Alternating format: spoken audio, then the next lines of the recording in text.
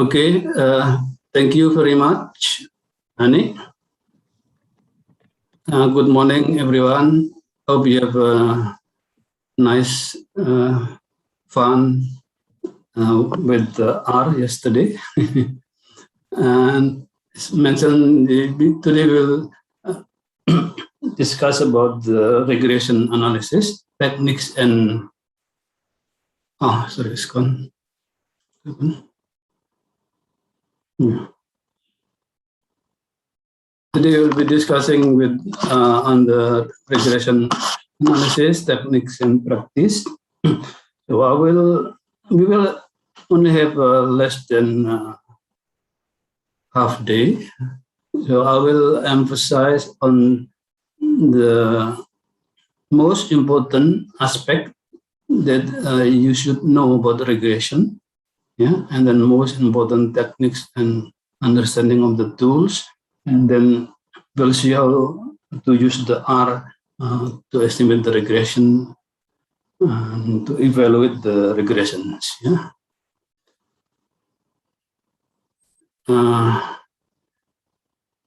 Can you hear me well, Honey, everyone?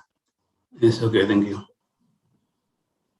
Okay, let me, before we start, maybe if anyone have some issues with the installation, some early practice with R, please let me know if I can help quickly. Otherwise, we can move on. Let me check.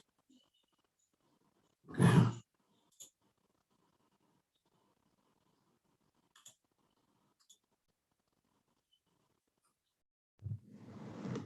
Oh, I still cannot share my screen. Tari? On it, Pak. Yeah.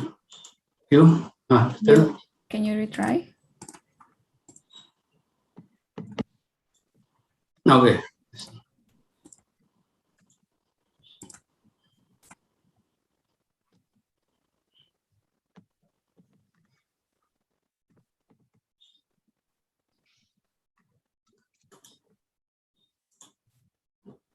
Okay, we start with the understanding of the regression, and most important thing that you should know about it.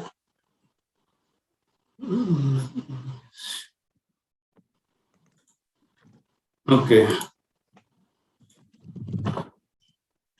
Here we have data, very small data with 6 observations, individual persons, yeah. Their income, 10, 12, etc., and then the consumptions. The economic theory said that consumption depends on income. Eh? So economists knows there's marginal propensity to consume, marginal propensity to save. Yeah. So let's see if we can have something important information from the regression. So regression basically is a line which best fit this current data, yeah, this special data. So if there is no guidance, people may say that the green one is the best line representing this data. Other people may say the red one, other people may say the blue one, others may say another one. Yeah? So we must have guidance on which is really the best, yeah, that we can confidence with.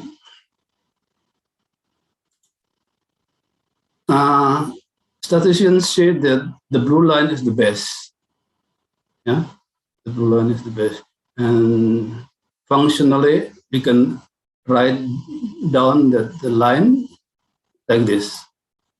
Consumption equal 2.4 plus 0.6 income. Yeah? This is the best according to statisticians.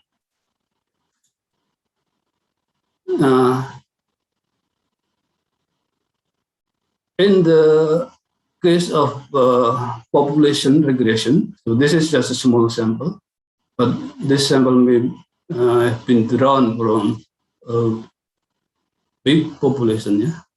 For the regression population, this is more or less the model.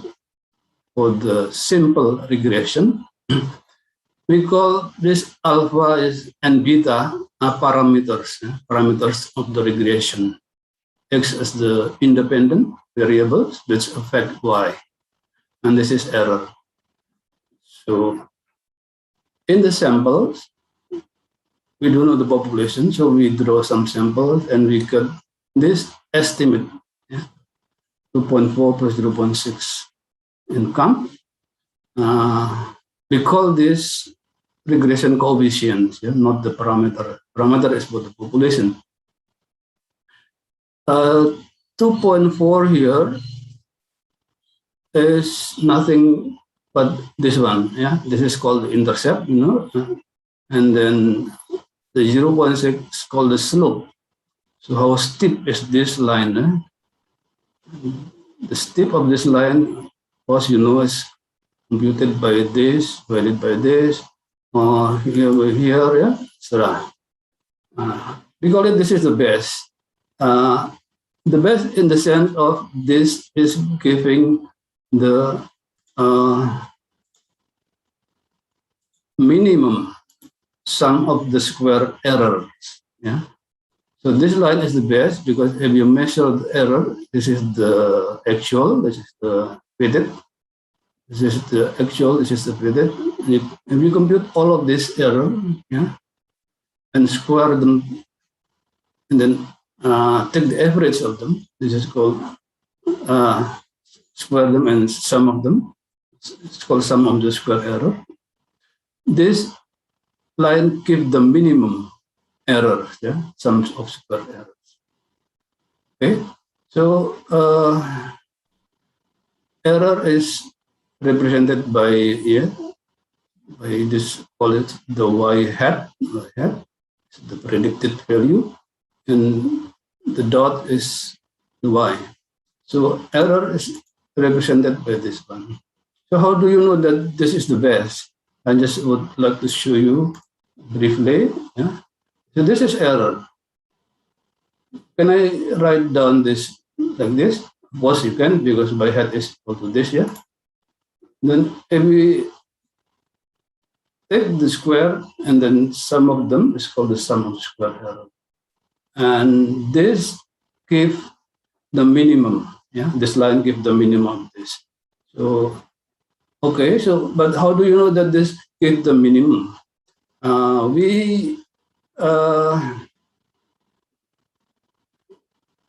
If you are a mathematician, this is very simple problem. This is a minimization problem. So we minimize this function, in a way that give, we estimate how many alpha, how much is beta, how much alpha, how much beta, in a way such that this is minimum. So we constrain, this should be minimum. So what is alpha, what is beta? If you do this minimization problem, we got this. So if beta is computed this way, and alpha is computed this way, and then the line will be the best. Why the best? Because this formula is derived from minimizing this sum of square error. And this must be the best. So slope is obtained by minimizing the sum of square errors. Hence, in other words, this is the least square error regression.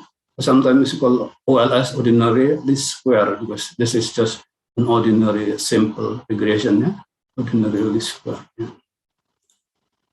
And this is the best. Not only the best, but statisticians say this is blue, best linear unbiased estimator. So if you use the R or STAT or SUS or anything to estimate regression, simple regression line, linear, yeah, and they will give the best regression. But the best, of course, is not necessarily good. Yeah, could be the best among the worst.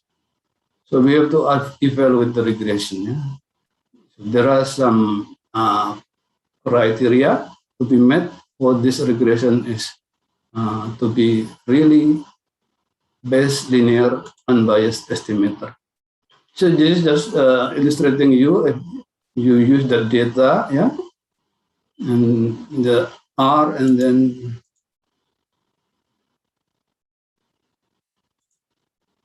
you got this estimate. Sorry, you got this estimate.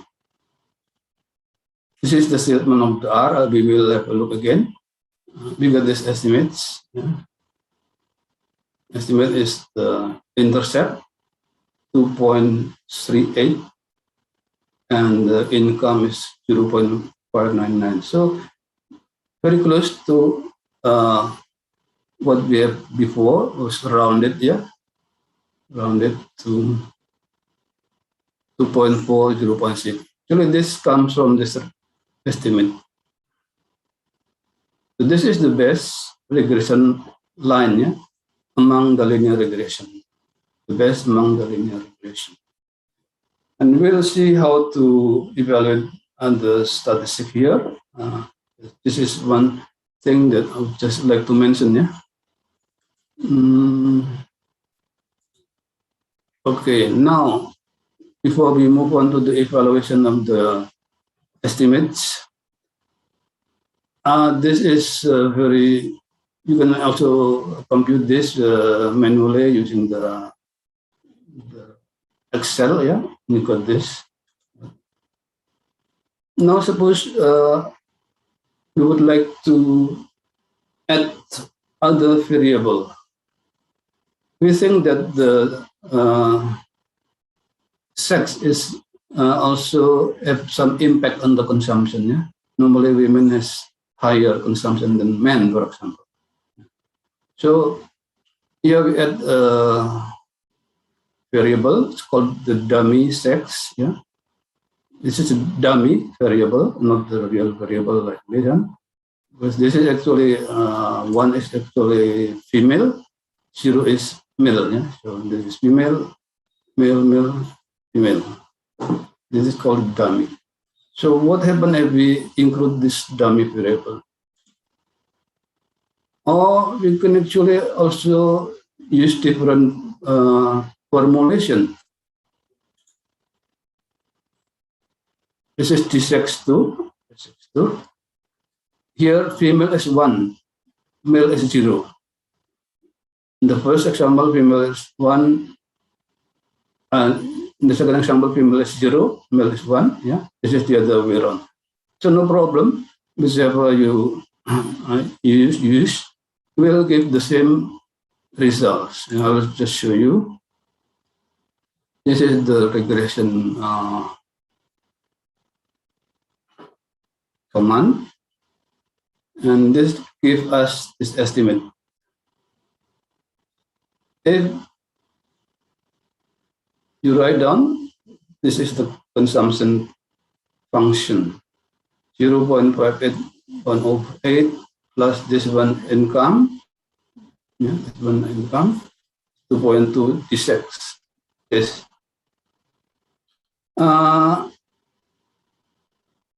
We know the difference. We want to know the difference between male and female.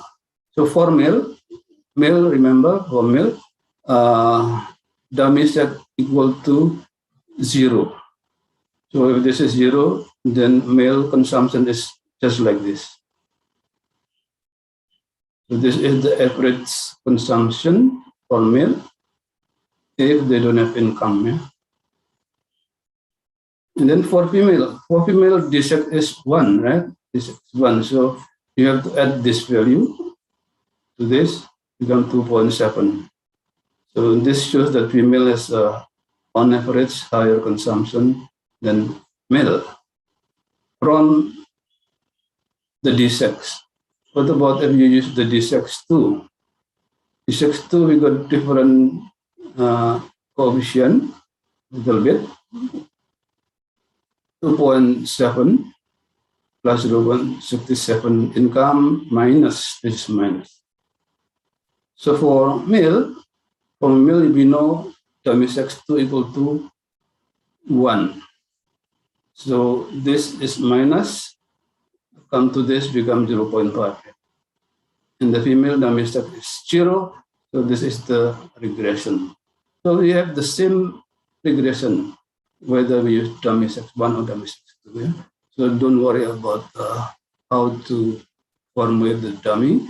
They will give the same results. So here, in other words, we are dealing with what we call multiple regressions. Yeah? Earlier, we only have income. This is a simple linear regression. But now we have more than one variable. We call it multiple regressions. One thing I would like to emphasize is the importance of dummy. Yeah? Look very simple, but this could be very useful in analysis. Yeah? Dummy can represent the economic crisis. For example, you want to compare the situation before and after the crisis, so we can put dummy. T1 is 0 before the crisis, equal to 1 after the crisis, something like that. And then representing the sex, representing the trading day, Monday, Tuesday, are they different? Actually, we are talking about the stock market. Monday normally has high return in some areas, but very low return in other areas. Yeah? The Monday effect. So we can use the dummy to treat, to handle this trading thing. And in our case, we would like, we wish we can also distinguish between CLMP and ASEAN 6, maybe. Yeah? So this could be very important. Here, just note on how to formulate the dummy. Yeah, you can read it. Now, second most important thing is on the dummy and the hypothesis.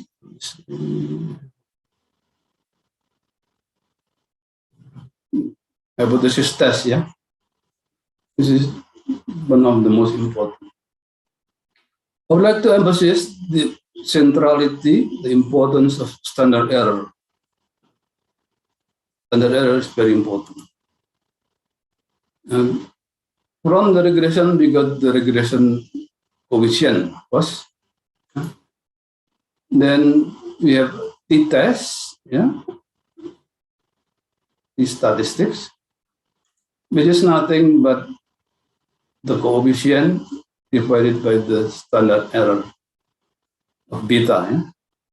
T-statistic actually coefficient divided by standard error. So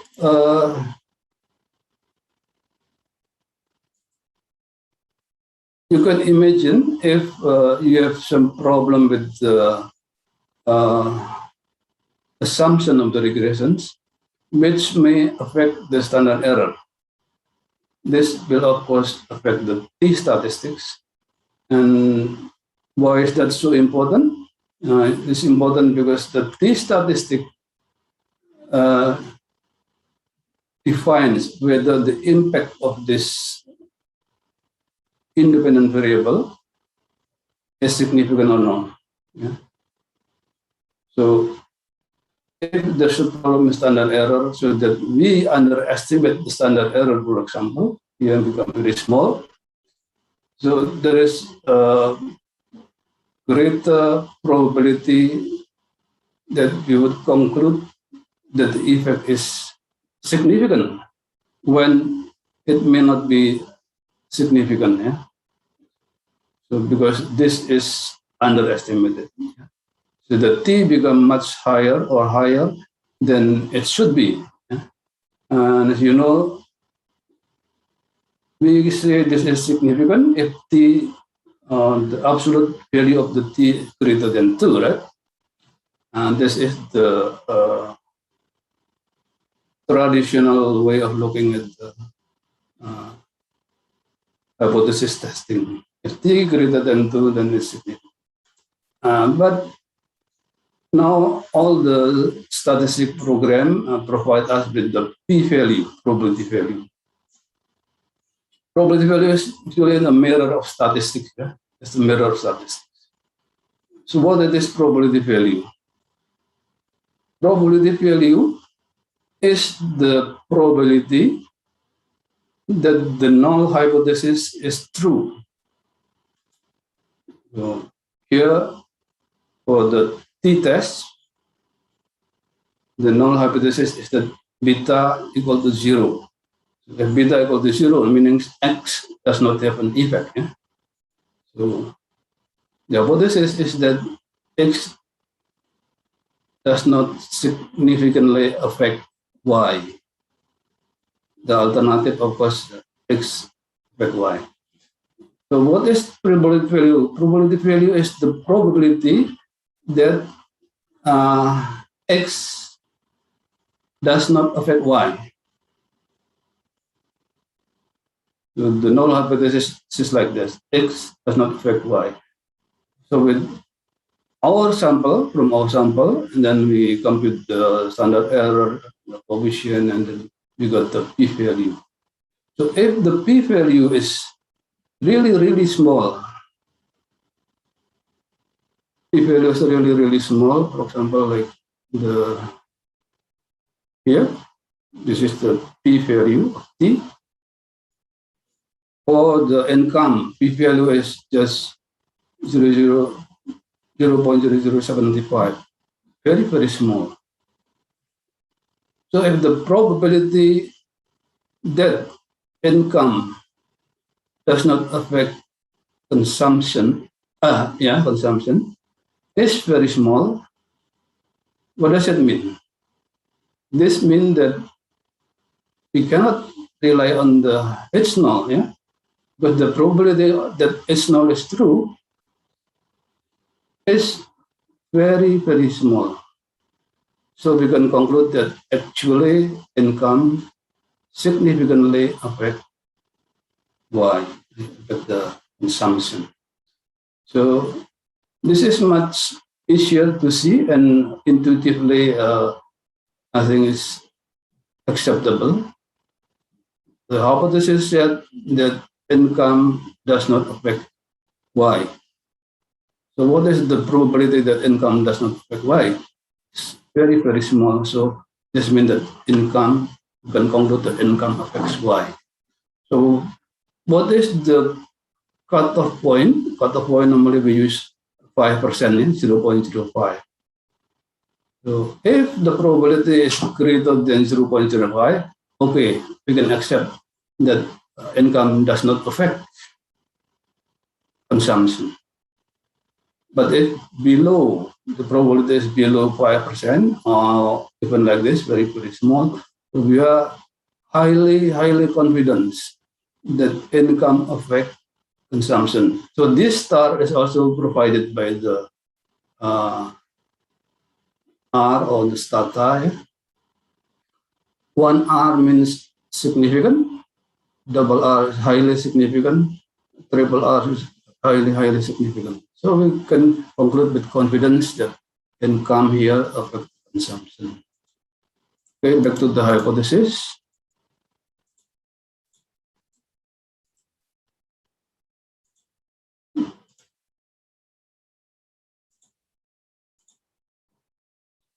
So this shows the centrality, the importance of standard error.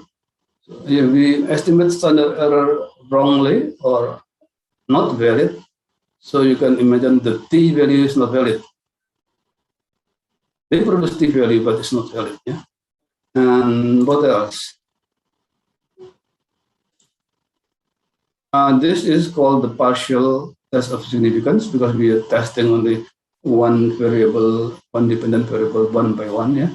But we can also test simultaneously using the f-test. So the F test said the hypothesis that beta 1, beta 2, etc. equal to null, zero. This means none of the variables affect the consumption. And the alternative hypothesis is at least one. Yeah. Again, we look at the p-value. P-value, and if the p-value is less than 0.05, this means there is significant impact of all the variables together simultaneously to the consumption. So standard error also affects F statistics and also the goodness of it. Goodness of it also affected because also computed based on the standard error. For the goodness of it, I would like to emphasize we use the R square adjusted on the R square, yeah. And this, of course, you know that the closer it is to one is the better. And that is for the centrality of the standard error and the hypothesis.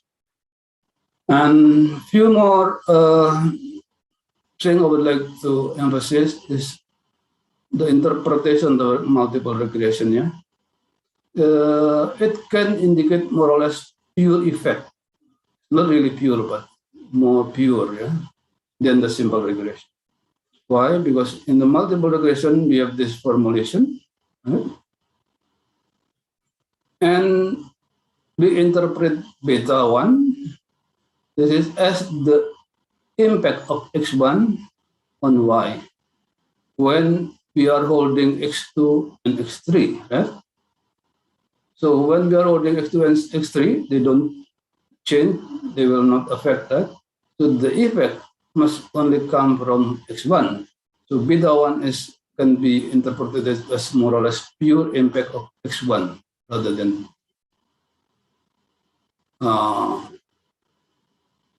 x2 or x3, yeah, because x2 and x3 are hold constant. Likewise, for B2 and beta 3, this is the pure impact of x2. What happened with the simple regression here? Can we say this is a pure impact or more or less pure impact? We cannot, because here we don't have anything else to be whole constant, right? So beta 1 may show the impact of x here, while everything else maybe still moving up or maybe still moving down, we don't know. But we cannot control the effect of other variables. So beta 1 is not the pure impact of x in this case. This is another thing. Mathematically, this is also very clear. You like mathematics. So beta 1 is the partial derivative. X1 partial derivative is obtained by holding x2, x3 constant. Yeah? So the derivative is constant and then the derivative is zero. So the impact of x1 holding other thing constant is beta 1. Okay? So this is the good thing of having multiple regressions.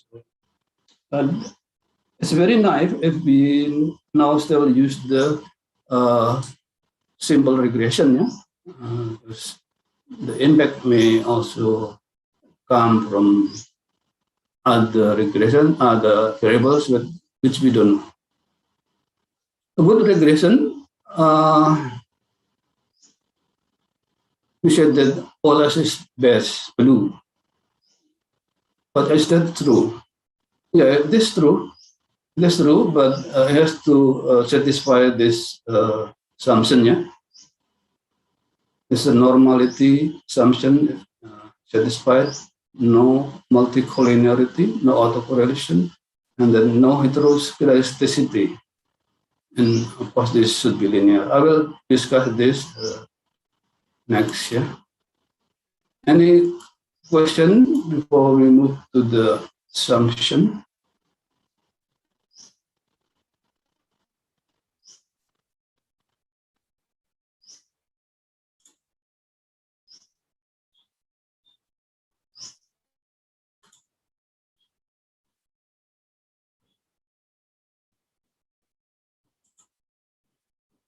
Okay, now you can ask me even later, no problem. But now let's see. I'll check the message first. Okay, no problem. We will see about the regression assumption. This also not very important to understand. Yeah. First is multicollinearity. Multicollinearity occurs if there is a very high correlation between the independent variables. For example, here, the year of experience and age. Many of us actually formulate regression like this. Yeah? Sometimes we estimate salary. Salary is dependent on year of experience. Okay, that's makes sense. And dependent on age. Okay, that could be make sense. But conceptually, this is of course not acceptable. Yeah, or a bit not really make a good sense. Why? So back to the pure impact. Yeah. Can we say here that beta 1 is the impact of year of experience while holding it constant? It's a bit naive, yeah, to imagine that the year of experience increase, but our year is constant. Yeah, it's a bit naive, right? If your experience increase, your age must increase. Your experience 5, then increase to 6, for example, but your age is still constant to 40, and it's not possible. This increase to 6, then your age increase to 41, something like that. So this formulation is,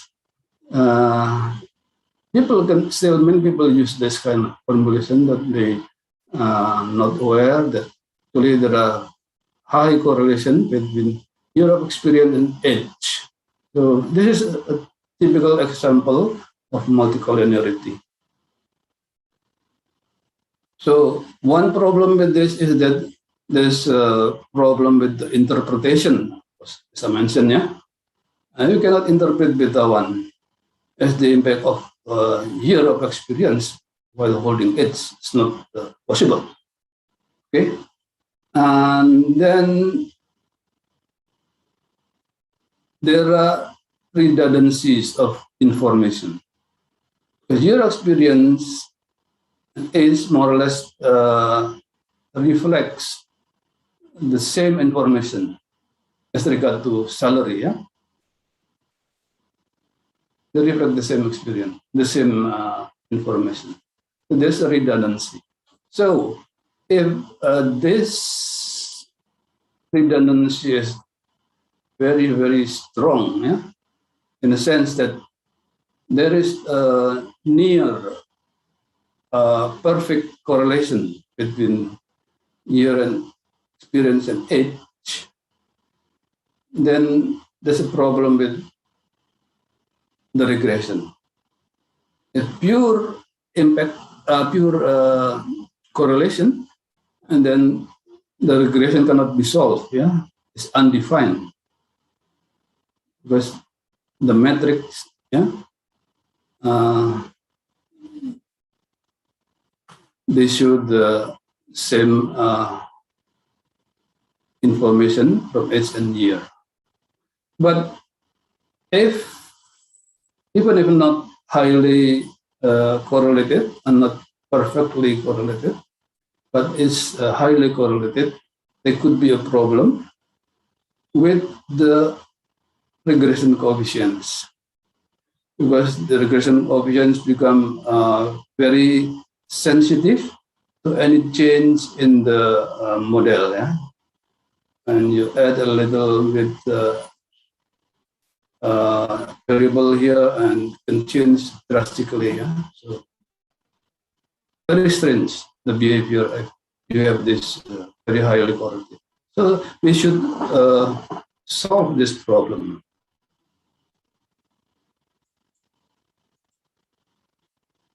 Now, more about multicollinearity. What is the consequences? The regression coefficient is still unbiased. It's fine, yeah, unbiased. But as I mentioned, it's very sensitive to any change. Yeah.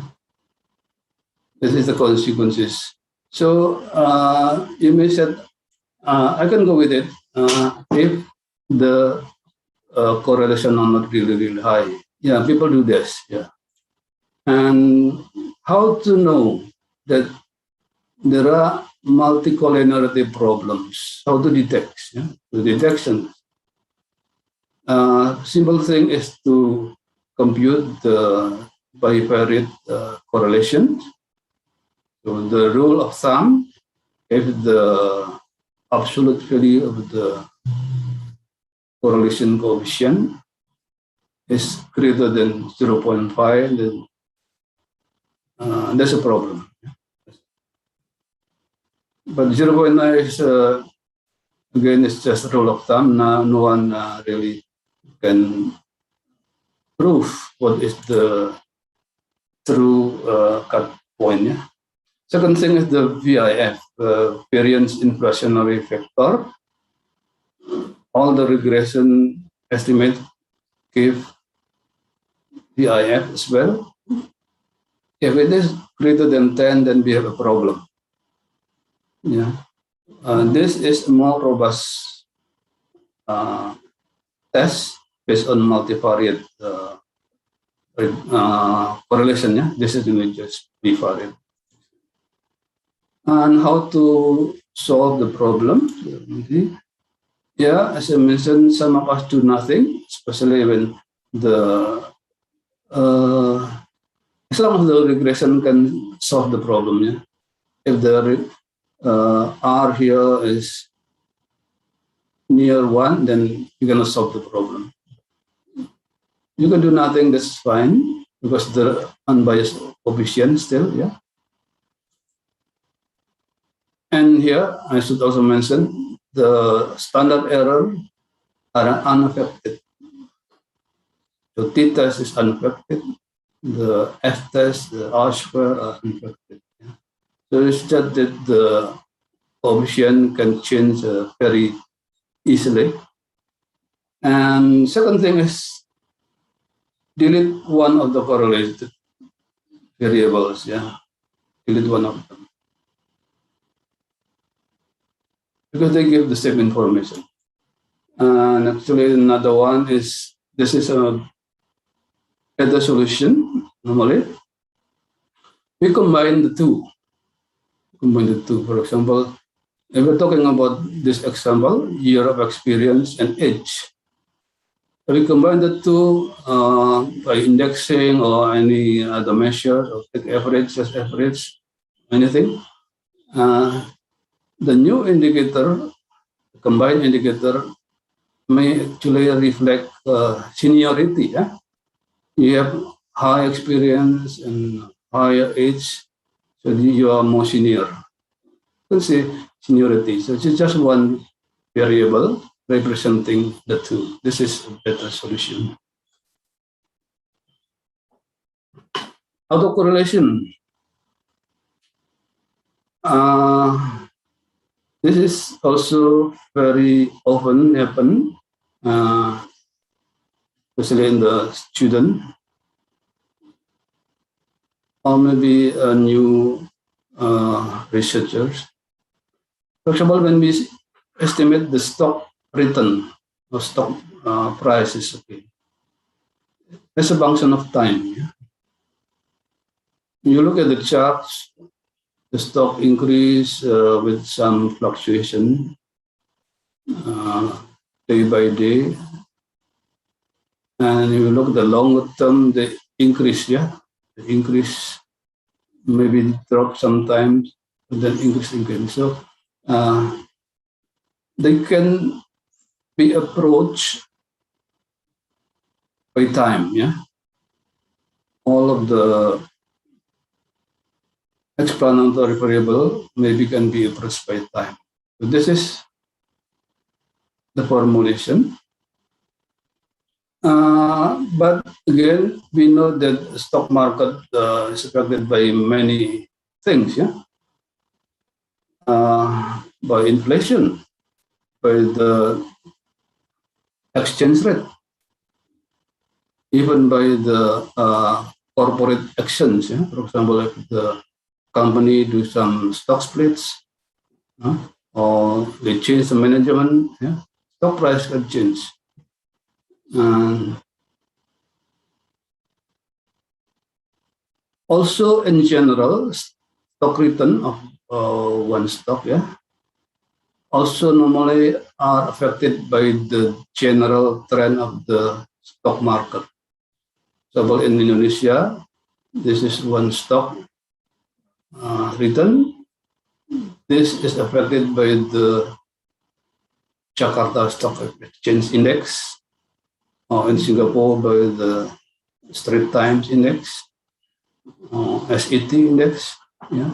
So those index reflect the sentiment of the market, yeah, more or less. Especially in country which the players in the stock market are still, what do you call it? Still unprofessional, yeah, still unprofessional.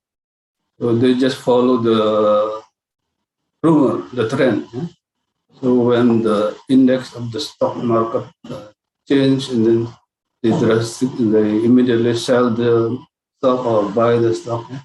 So I would just would like to say that there is some missing variable here, a very important variable are missing, which is the index of the stock market. So this is the case of omitted variable. Yeah. So what happens if we don't include this stock market index? When we omit these very important variables, then their impact is left with the error here. So the error here contains the impact of stock market. Yeah. Time maybe also reflects some into stock market, but maybe just minor, but the rest will be in the error here. So what happened then? The error then will show some pattern. Yeah? Some pattern. So some pattern is no longer random. So then, what is the consequences?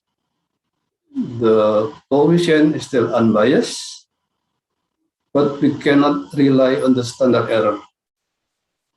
So in the autocorrelation issue, we cannot rely on the standard error. Yeah?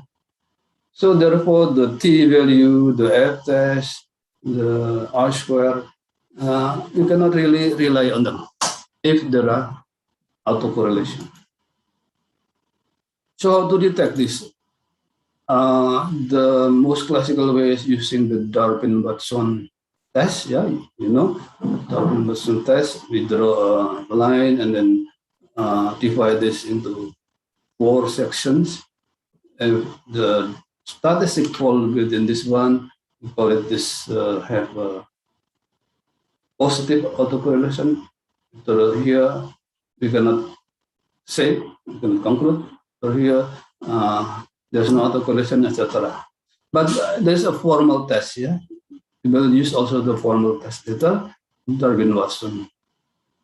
But we have to download the package called CAR. Okay, second method to detect is the Broish-Godfrey. This is more robust. We will also see how to use this and how to remedy this, how to improve our regression if there are problem of autocorrelations. First is we have to run the Cochrane Orchid procedure. The Orchid procedure will provide us the better estimates than the ordinary least square. We can also use the AR1 process.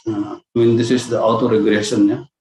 So it is very intuitive because the series has some autocorrelation. Yeah? Autocorrelation is, you see, autocorrelation is the dependency of one observation on the previous period observation.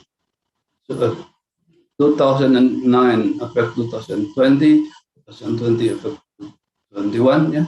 This is called first order. But second order is, for example, 2009 affect 2001, that is the second order. Here, you can improve by incorporating or modeling the AR1 procedure. Have we gone with the heteroscedasticity? Where is it?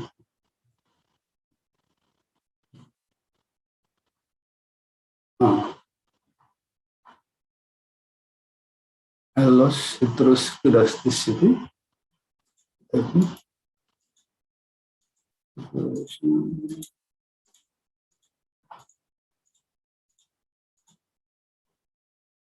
Okay, still continuation of this. Yeah, I just would like to give this message.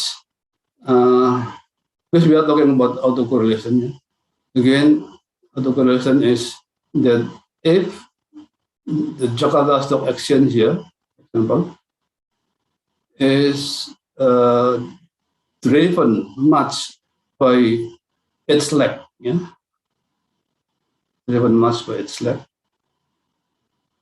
Then also if here straight time index driven much by its lag, and then stock exchange of Thailand also driven much by its lag value. So we have to be very cautious because this series are non-stationary.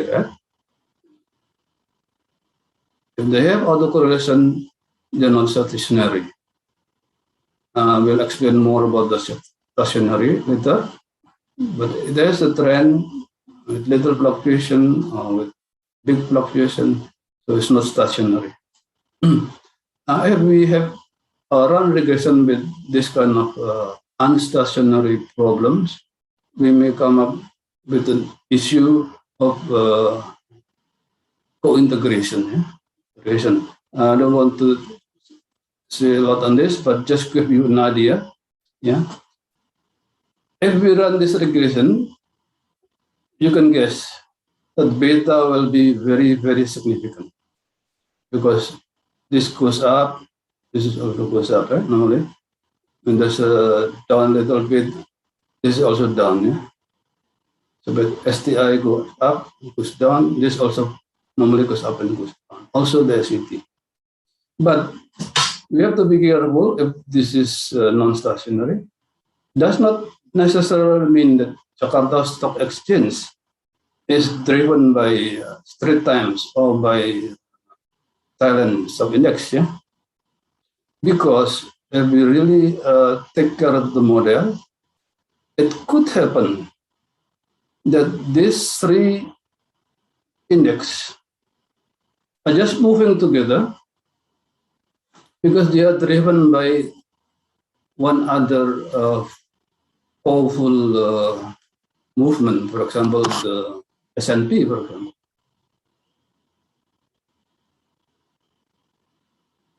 The S&P goes up, and then these three also goes up. S&P goes down, these three also goes down. But we do not include the SNE here and we just treat this very simply, we will say that the Jakarta Stock Exchange is driven very much by Singapore and Thailand, while actually could be possible that these three indexes are moving together because of one other very powerful movement in the US, for example. So this is more or less the issue of co-integration that we have to make this three stationary and then do some process, and we'll find out. We'll find out whether there is a long-term relation between this and this. Yeah. Okay.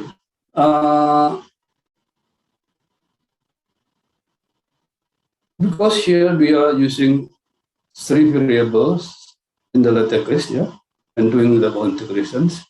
This means we are doing the multivariate analysis, yeah, not only just one, but multivariate correlation. And the model normally called VAR, vector autoregression, or SPR, structural vector autoregression. But it's beyond our scope here, because our main goal is just to understand the issue, the problem with the regression. Yeah? And the regression will be used in the imputation. But this is just to give you an idea how we have to be careful in using the regression. Here the heteroscedasticity. What is heteroscedasticity? Do I have a graph or no? Yeah. So if we see the plot like this, yeah, plot any information. Here is a bit compact, but then spread out like the cone here. So this indicates the presence of heteroscedasticity. This means the variance is not constant. In this case, the variance increase over time over this the measure. Yeah? It's not constant. So that is heteroscedasticity. Respect to this.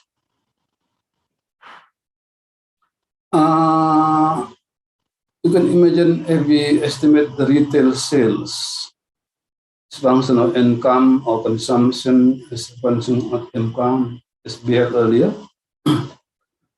We know that people behavior don't change immediately. Yeah? If you normally have a high consumption, but then your incomes drop because of this pandemic, for example, your consumption not immediately goes down. Yeah, your consumption may still increase. That is one thing. And then secondly, the consumption variability increase with the income. So when your income is within a certain limit, yeah, maybe you can call it 20% low income, your consumption may not very much. People may only buy simple things, but when your income increase, people buy more things, more variety of things, and also increase again if income even higher. So the variety of the consumption itself shows the varying variance. So this is heteroscedasticity. From this conceptual formulation, we may already have some sense, yeah. But if not, then we have to test it. So what happens if we have this heteroscedasticity, this unconstant variance? Consequences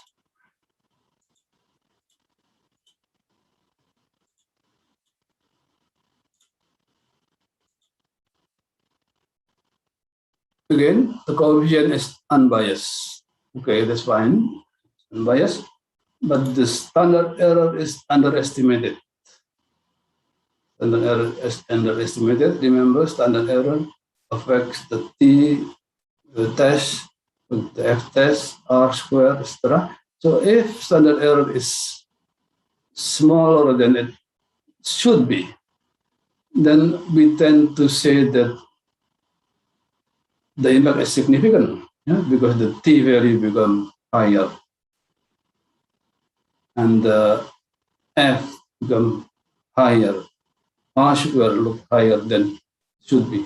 So it can be misleading because of the underestimated standard. That is the consequences. It can be mild, can be serious, depending on the situation, depending on how worse is the heteroscedasticity. How to detect this? We have this goal-fed quant test, goal-fed quant test. This is conducted by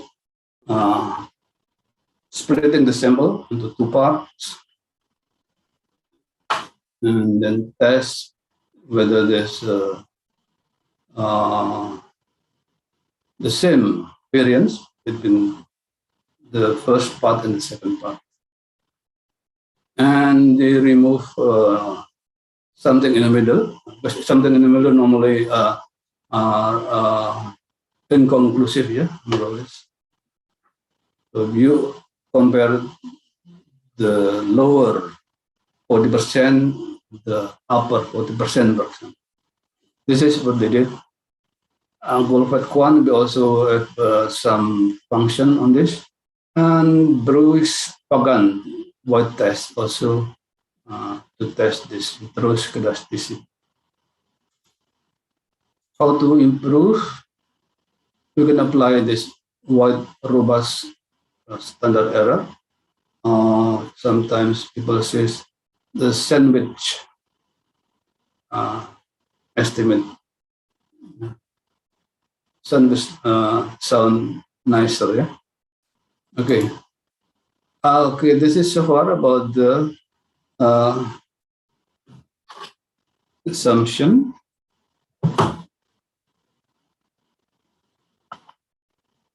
Next, we'll show you what is this.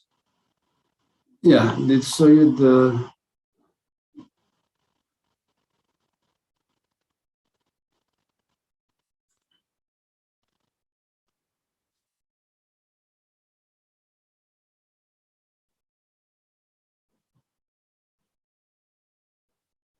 okay, go to the R. Go to the R, so I will demonstrate those tests a bit slowly first. What is this? This is a regression using the air quality data set. Quality data set is available in R. And this is the code if you want to load the data. Let's check. Here you prompt it to the source in my local. So you should, as I mentioned yesterday, you should copy, paste your data in your working environment. This is my working environment is P3 regression. And I have here some data. This is in the text format. This is in the CSV format. I don't have Excel, but it's also possible. I prefer to use data in the CSV because it's less complication. Let's use, is it air quality? Yes, quality. This is the one. Yeah, text movement. Open this. I got the data loaded in my R working environment here. Air quality data. You can check this is the data. You have the ozone variable, solar radiation, wind, temperature measure, month, day. Yeah? This is the data. Back to this.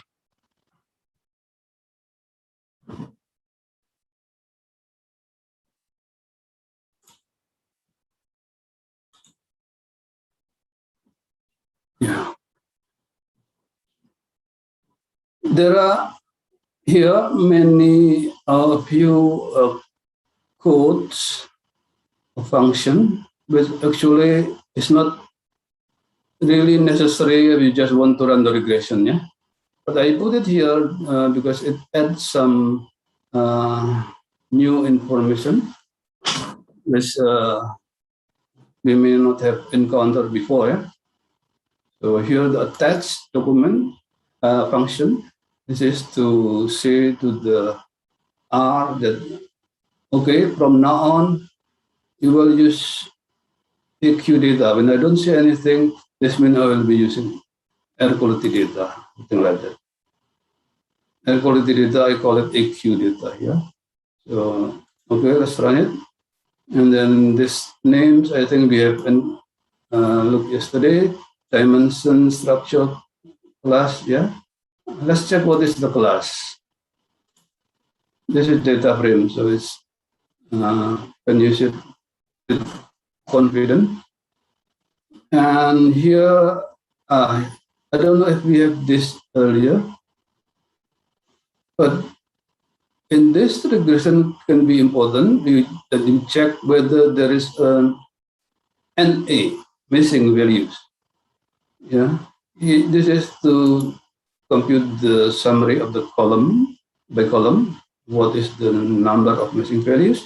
This is what the percentage missing values by column. If you run this, maybe you can see that no missing value at all. Oh, here, this one.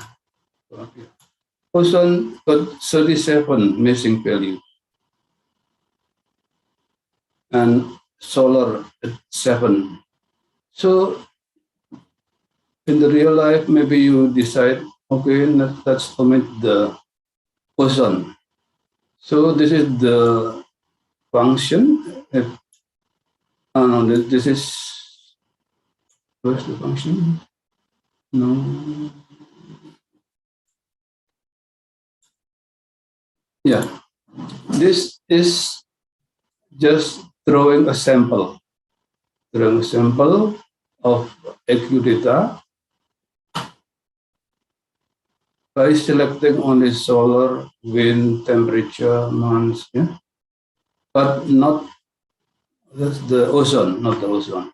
This blank means you use all the rows, but only use this column, something like that. So this is the function and the one. Here you can get data without ozone. We only have solar. But solar still have 7, remember? So 7 missing value, but this should be okay if we omit them. But if we omit 37 variable line from the oceans, our data become very, very small in terms of the size. Now, if you want to remove this 7, then it's still fine. So let's remove the 7. We call the new object air quality no missing value. So this is the function. We use the complete function here. Complete function. So this gives us all the rows with no missing values. So let's see what happens. See here, we got this data, check, air quality no miss, the observation now is only 111. Because 37 has been removed from the ozone, yeah? And leaving us only with 118 maybe. And now, because we removed 7, we got 111. So this is the number of observations we are using. Data set without missing value. Okay, now here we say to the R, from now on, use this data set with no missing value. Okay? And this may not be necessary if you want just to run the regression, but just would like to show you that maybe it's important to compute the correlation, because we want to know, want to run regression between solar radiation and temperature. So let's look at the correlation first. But you don't have to, yeah? You don't have to. The correlation is here 0.3, so it's rather mild, not really small, not really big. And you can plot them, you wish. This is an error, because you may encounter this sometimes, but you didn't provide enough space here for the plot. So it's an error. So you give more space and you run this again, plot. Now it come on. Here, you zoom it, look at this. Okay, now come to the regression. The command is very simple. Yeah, we estimate a linear model. This is the independent variable. I want to estimate the temperature, and this is the independent variable. This will affect temperature. And the result of this regression estimate, you put it under an object called model. And then if you want to look the result, you can summary. That's all. This is just, this is just all the function for the regression, very simple. And here you can have the results, the estimates. You can analyze. The impact is this much, 0.03. So if the solar radiation increased by 1 unit, the temperature increased by 0.03 unit. And impact, is this significant or not? Look at the probability, not the T. The probability value of T is just only 0.00173. So what is the probability that solar radiation does not affect the temperature? The probability is very, very small. So this means you can conclude that solar radiation significantly affect the temperature. And if you want to be very quick, just look at the sign. This is meaning highly significant. The impact is highly significant. And you can see the other thing. One important thing, as I mentioned, the standard error, neutrality. The error is 9.15, but this means nothing if you just run one regression. You don't know whether 9.15 is big or small. But if you compare to other model, maybe you can say, oh, this is better or worse. And R squared, here R squared adjusted is Yeah, only 0.07, only less than 8%. So R square, as you know, this represent the proportion of variability of uh, in this case temperature, which can be explained by the variability of uh, solar radiation. So, in other words, the behavior of temperature, which can be explained by the behavior of the solar radiation, is only 8%. So it's very small because, yeah, this means what? This means that there are other important variables which cannot be incorporated in this model. So the rest, which is 92%, explained by other things outside the model. This is what it means. And F statistic, you cannot, this is not meaningful because we have only one variable, solar. So F statistic is the same as T. Yeah? It's only one variable. Where is the T? Yeah, same. Okay.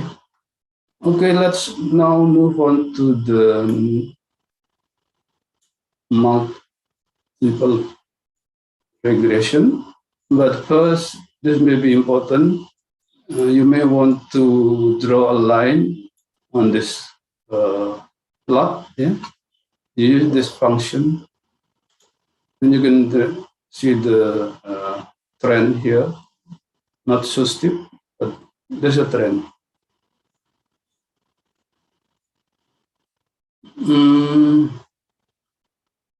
I will skip this because we will do also for the multiple. Now let's go to the multiple regression. The code is very simple again. Linear model and temperature delta is dependent on solar, and then plus wind plus month, and put the result to mode 1, and then we want the summary of mode 1. That's all. And you can see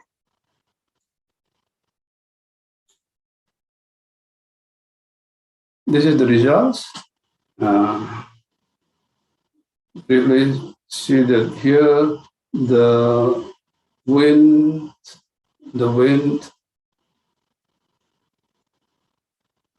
is significant, yeah, significant because the p value is much lower than 5%. Yeah? This is 9.85 times 10 to the power of 7. So very negligible. And the sign is minus. Yeah? Sign is minus. What does that mean? The stronger the wind, the lower is the temperature, which is true, I think. And then month. Month also has a significant impact. And solar still have significant impact. Okay. Here you can see all the independent variables have 3 stars, meaning highly significant. And now the residuals. The residual goes down to 7.3. Earlier it was 9 something, and now it goes down. So this means the regression is better, yeah, giving a lower standard error. And the adjusted R square must be higher. Yeah, it is higher, 0.4, 40%. Yeah? 40% of the fluctuation in the temperature can be explained by this variable together, solar, wind, and month together.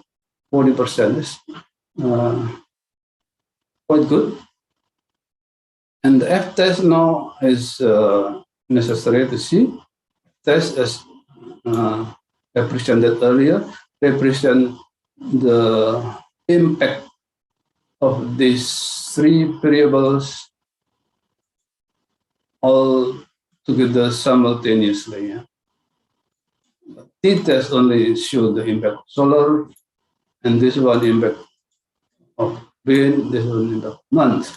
But F testing all of this together, whether significant or not. This is very important because if the conclusion is that they are not significant, so your regression does not mean anything. Yeah? Those variables cannot explain uh, meaningfully your dependent variable. Although, for example, one of them may be significant, but if the F test is not significant, and then this regression is not good. Yeah. Okay. This is so far about the evaluation of the regression. But again, they are good only if they meet the assumption of the regression. Yeah. Here is the diagnostic. It's just looking at the plots where the normally distributed. Yeah, you can run this one.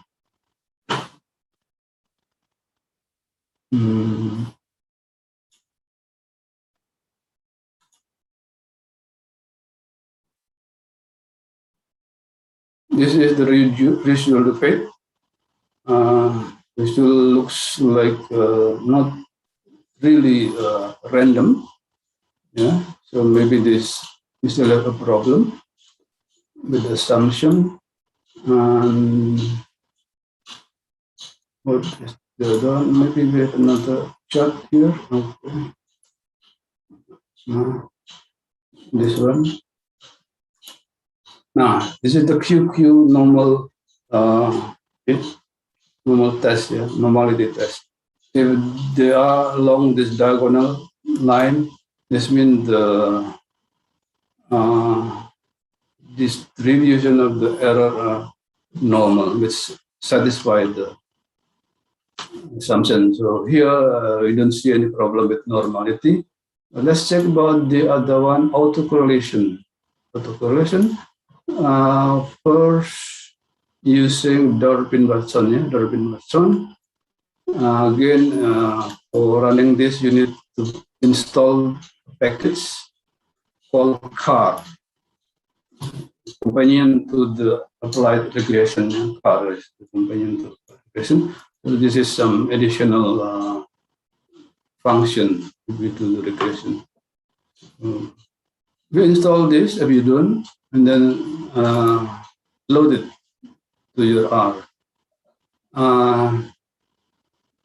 Have installed, so it's maybe I've installed, and then just now perform the Durbin-Watson.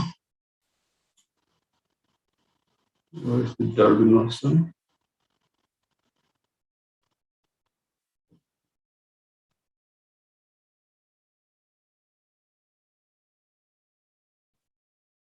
Did I got it?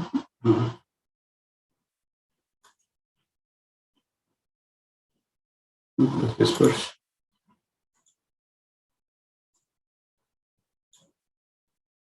Okay, again. Okay, so I think we have to install this package again. I don't know why. No need to install it. Okay, let's install it.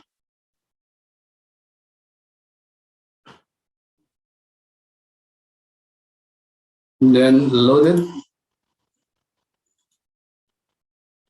And then we can run this test. Now we have it. Just look at the B value. The B value is 0. Yeah, the alternative hypothesis is rho. You see the sign? The sign means not other than 0. So this means the rho not equal to 0. The correlation coefficient is not equal to 0. The null hypothesis, this is 0. There's no autocorrelation. But look at the value. The value is very small. Yeah, so the probability that there is no autocorrelation is near or close to zero. So this means this confirmed there is autocorrelation. Let's check with other tests. Royce Godfrey. This need to install the LM test.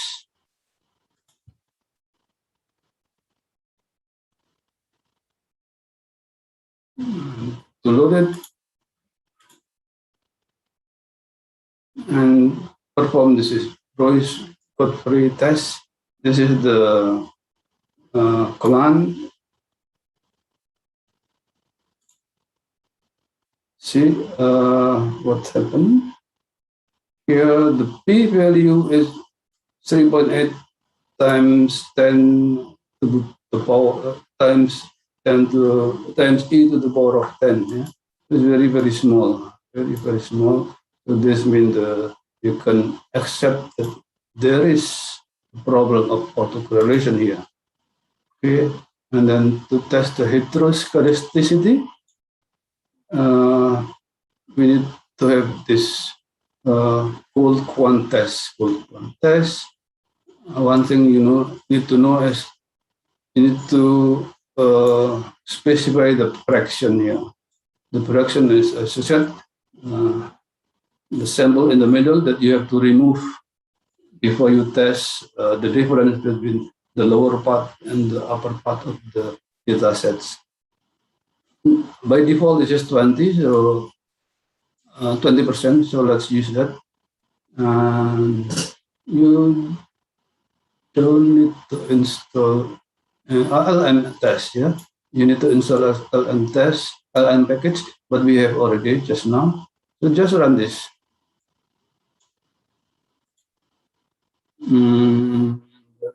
Here, p-value 0.1415. What does that mean? So the probability that there is no heteroscedasticity, the probability that there is no heteroscedasticity is 15%.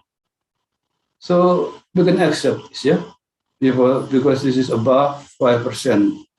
So there is a 5% probability or higher with the 90% confidence, we can accept that it's null. So here we can accept that there is no, there is what is the, it's null here? No heteroscedasticity, yeah. There's no heteroscedasticity. If there is no heteroscedasticity, so we accept because the probability is quite high, greater than 5%. So we say no heteroscedasticity. Another test, Bruce-Pagan test for heteroscedasticity. You can use this. We need LM test, but we have use it, so we can just run this. P-value is 17%, so no heteroscedasticity. So this data has no heteroscedasticity, but there is an autocorrelation problem. Yeah? Multicollinearity, there's no problem with multicollinearity. But here, just for the sake of using the test for the remedies, let's see how to improve it. What is the other one? Oh, we have not tested the multicollinearity. This is the multicollinearity. Let's test. We use the CAR package, same as used in the Darwin version. So we don't need to install and load again. Let's go with the VIF. So here, the variant inflationary factor for all of the variables is only 1, yeah? Less than 10. So you can see there is no multicollinearity. So the remedies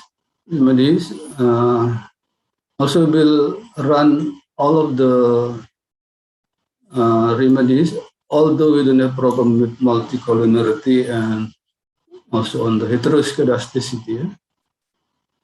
What is it?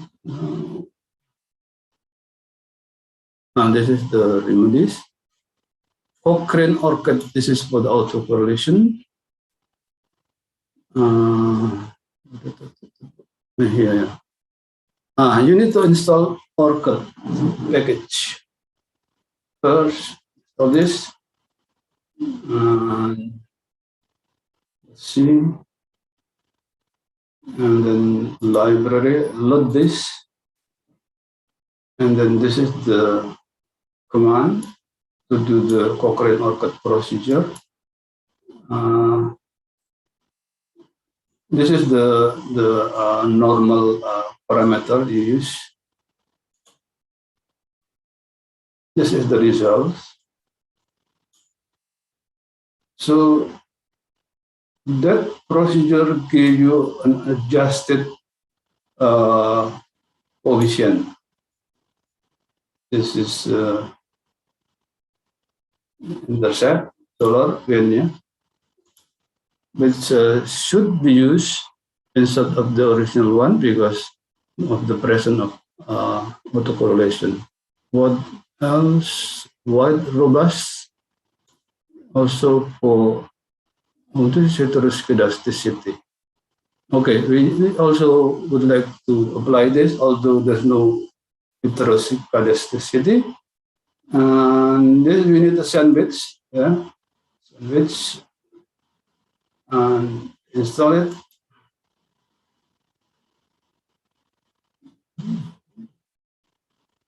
Okay, and then to save the time, let's run the whole thing together here.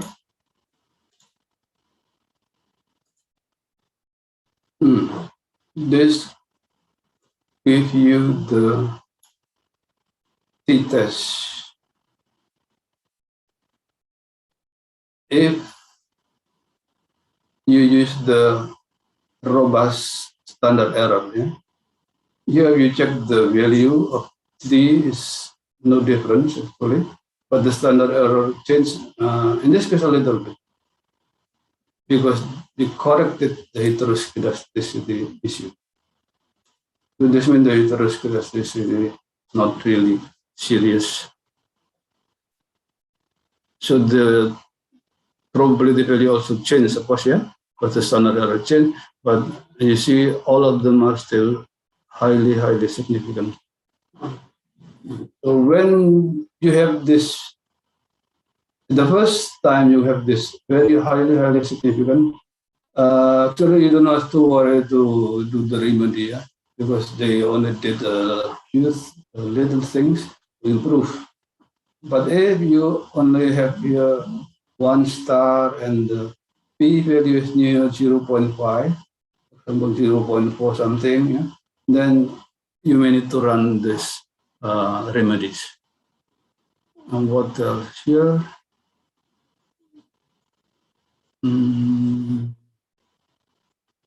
Yes.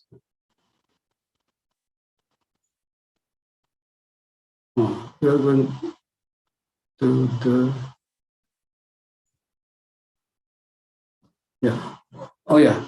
this is the remedy for the heteroscedasticity. So we got the new value of standard error here, and for the whole test, the regression, normally we use the F-test, right? But here the F-test is no longer valid in the presence of heteroscedasticity. But we know there's no here, but anyway, if there is a presence of heteroscedasticity, F-test is not valid, so we have to use the wall test. So this is to run the wall test and see what happens. Run all together.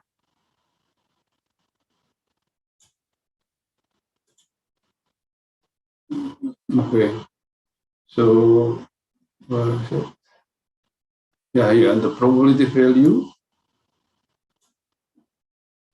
of the new F test, the wall test is also very small.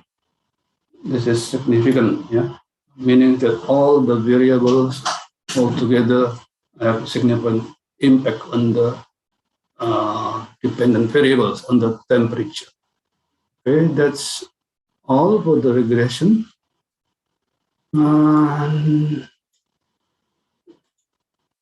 You can run actually.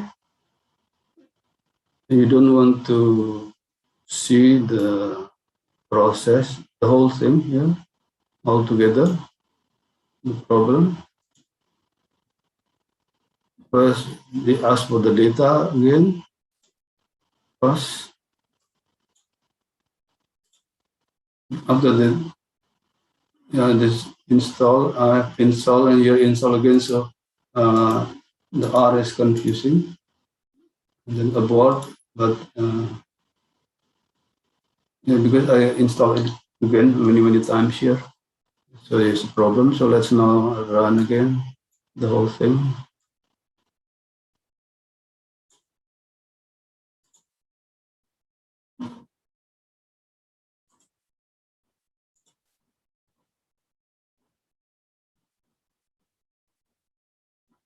This is the same chart we have.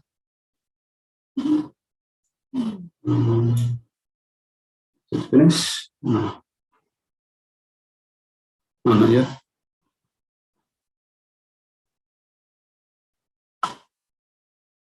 Still loading the LM.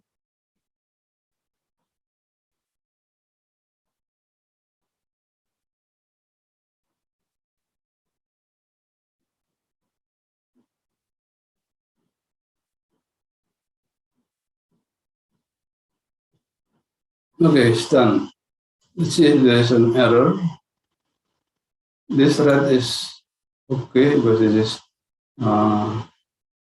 just a warning about the patch. Installation also normally there's some warning.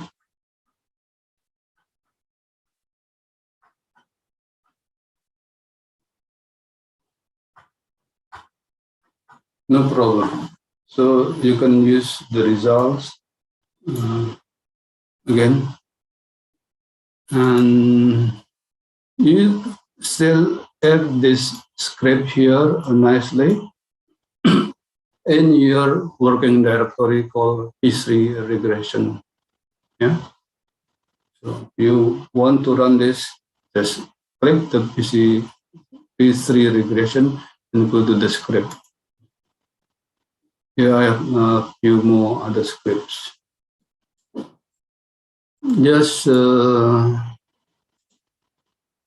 what is this? Still our quality? Oh, yeah. I think I have done other regression. Okay. Let's check.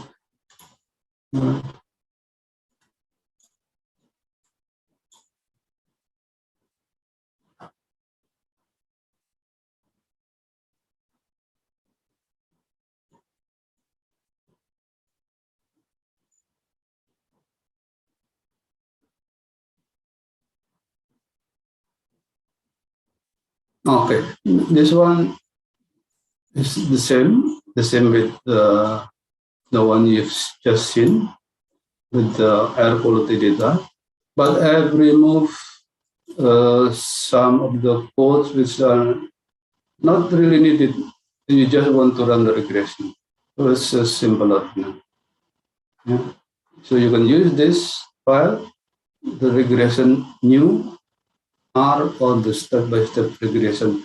The scripts have been provided also, so you can just copy them and then paste it to this directory, directory under the correct script. We run this altogether once, for the data.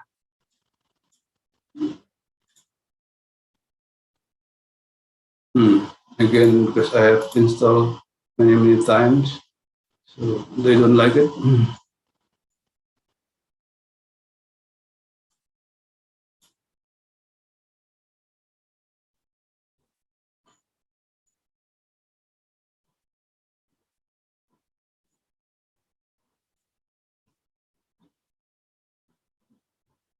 Ah, I have to clean this up first.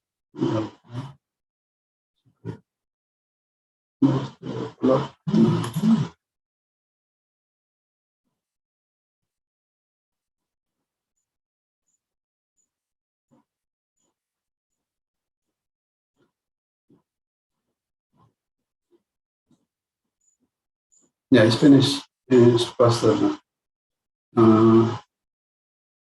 Let's see the output from the beginning.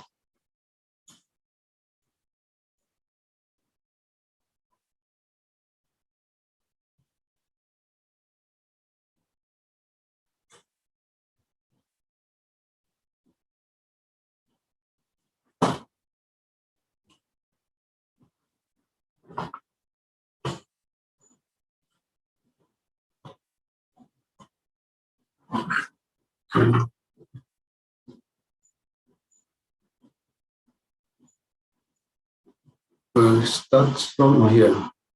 Oh, it is elasticity.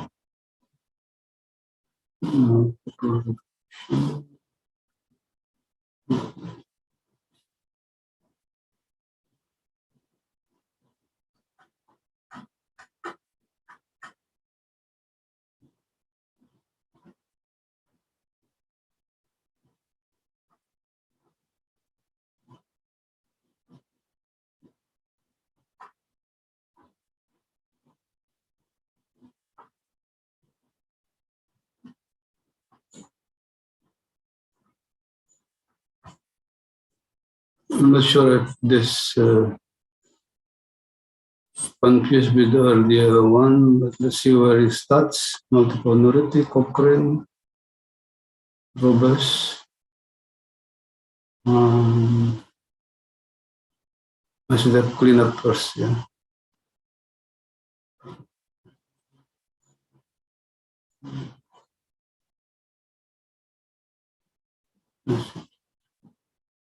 Okay.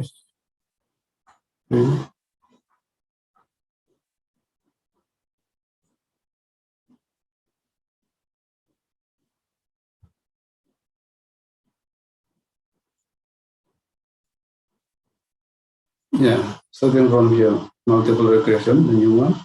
So we get this same results. Yeah. Estimate standard error, the multiple regression, and then we do the diagnostic test, where we look the plot. This is the one we encountered problem with the error installation because I have installed many times. So okay, let's clean it up first and then run it again. So to clean up, you have the broom here, just collect, everything will be gone. And also the plot, and also the environment. Okay, okay, let's now then run this whole thing once, ask for the data.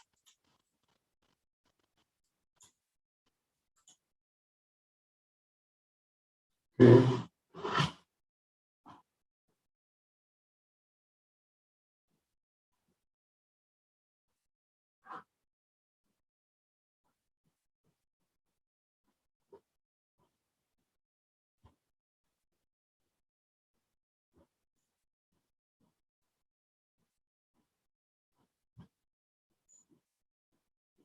Yeah, it's done.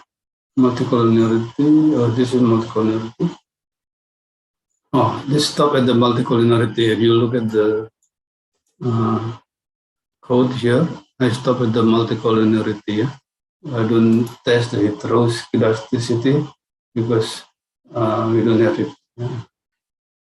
So this is more or less the results. Let's check again.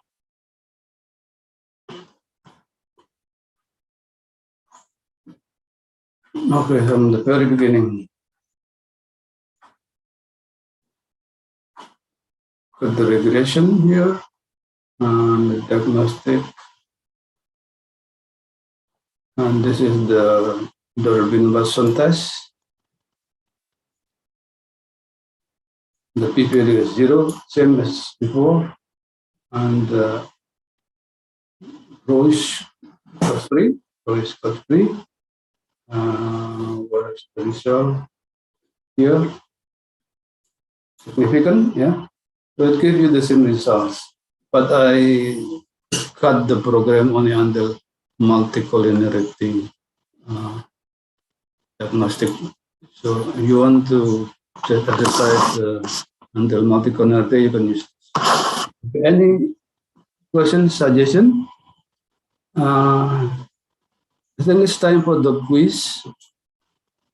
For the quiz on regression. Sorry. Okay, Pak.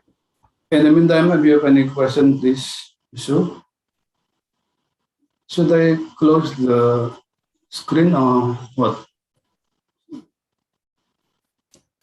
Sorry.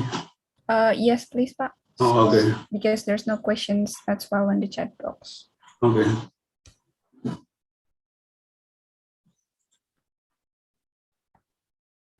Can you please confirm if you can see the quiz on your screen? Yeah, I can, yes. Okay. How many times? How much time, Pak? 3 minutes, maybe. All right, okay. 3 minutes. Or less. We have only 3 questions, yeah? 3 questions. Yeah, 3 questions, okay. To the all participants, please refresh your mind and answer the quiz with 3 questions. Thank you. So first, autocorrelation has to do with high correlated correlation between observation period T and period T minus 1, yeah, or before. And then, or has to do with the near perfect correlation between the independent variable, one and another variable. Which one is true?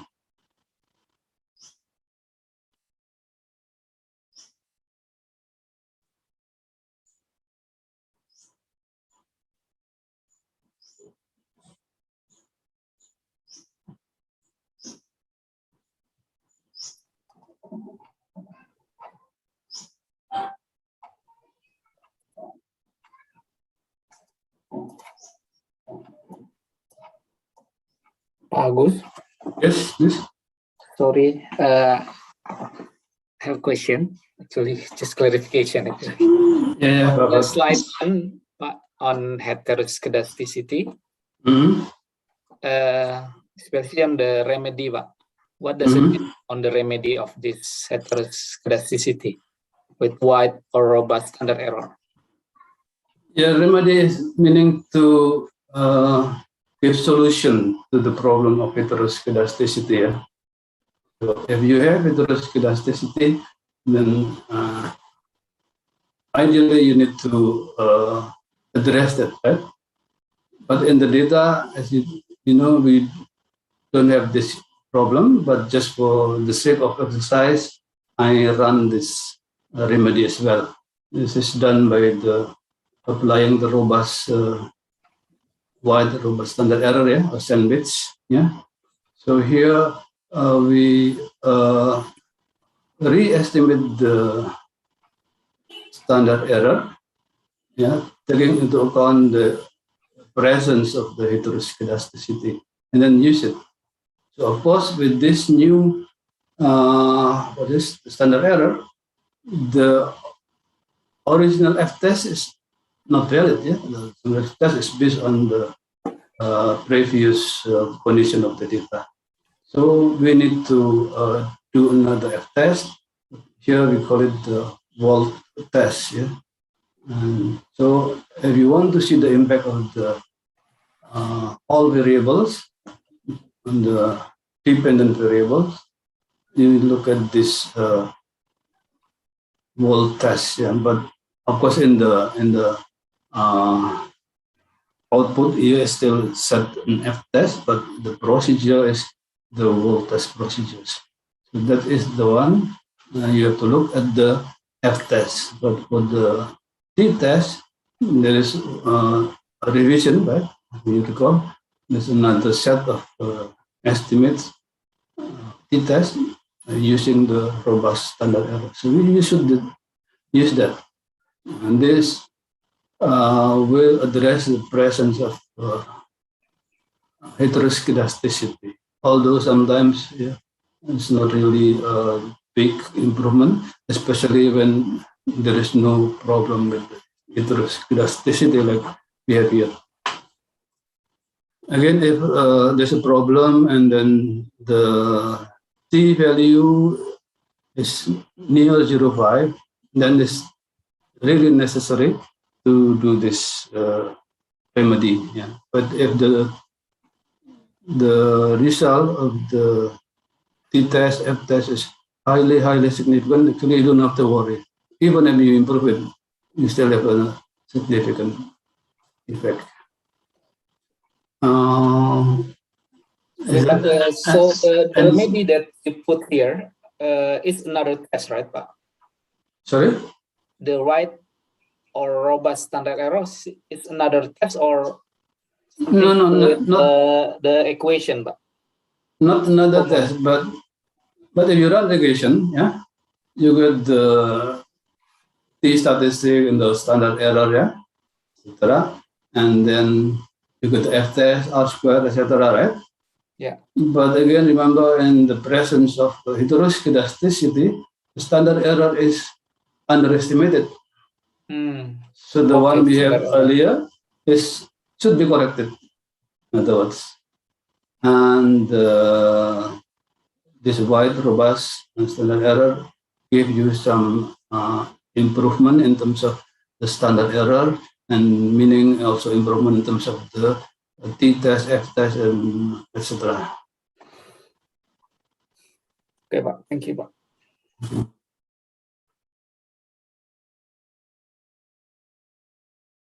Do you have the results, Tari? We have 35, Pak. Okay, I will end the poll. Okay, that's good. So maybe it's... Can you see the result? Oh, okay, that's it. Okay, 60% correct. Yeah. This autocorrelation is about the correlation between observation of period 1 with observation of the leg here. Can be leg 1, can be leg 2. So this is A. So auto means correlation with itself, yeah, itself. And the near perfect correlation is about the multicollinearity. So B is multicollinearity. Number 2, serious problems with heteroscedasticity affect the following. So expect the standard error, underestimated the standard error, and hence also affect the p-value and test, f-test, and r-square all affected. So when standard error is affected, then every test is also affected.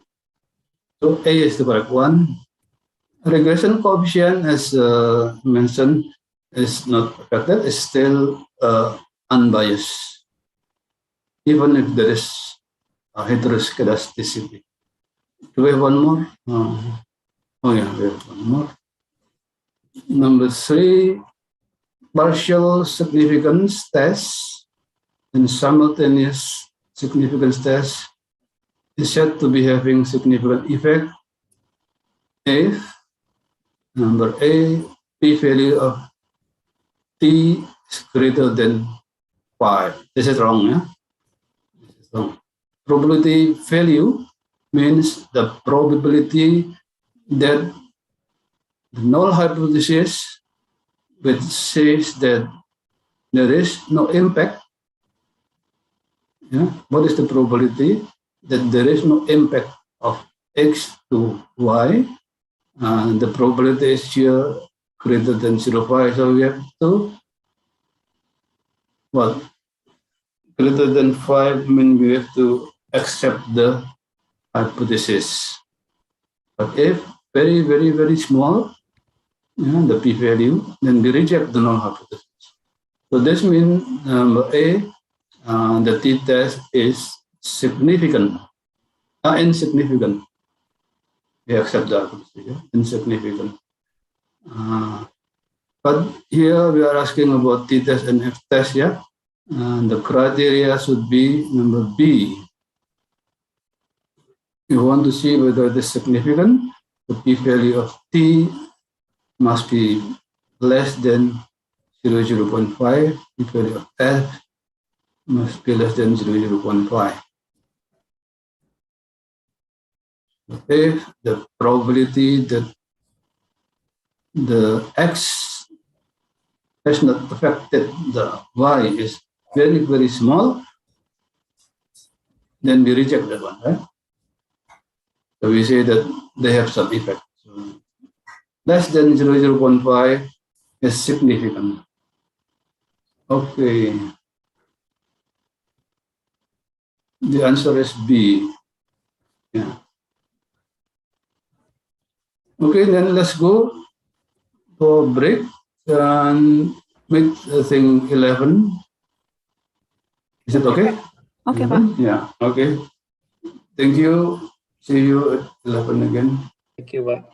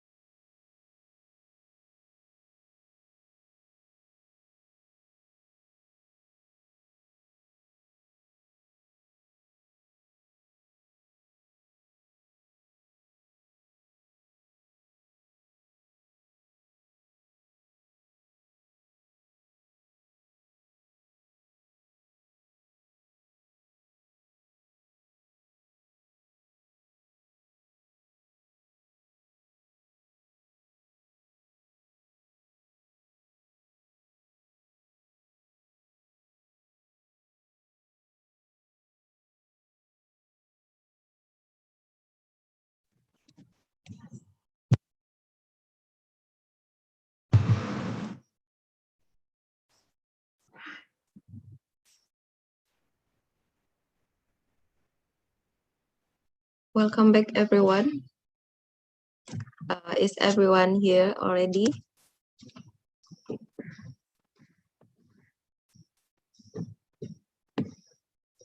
If so, I think Pak Agus can continue the session.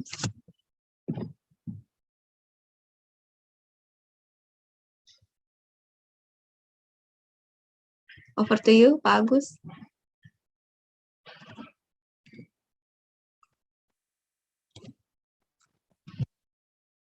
I think Pak Agus is not back yet, Mbak. Let me check.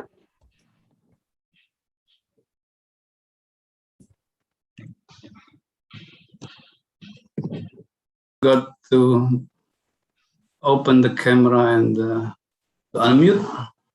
Okay, thank you very much. Sorry for a little delay. According to the agenda, after this regression topics, I have to provide a little message. I have here prepared a few slides, and then next we will be talking about the time series analysis. Yeah, time series is here.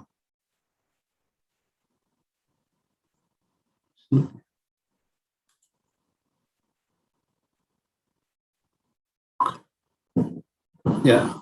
Okay, let's start with this.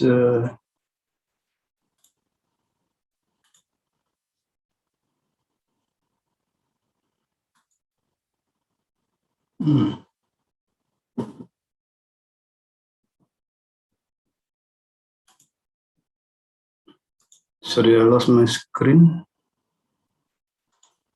Oh, yeah.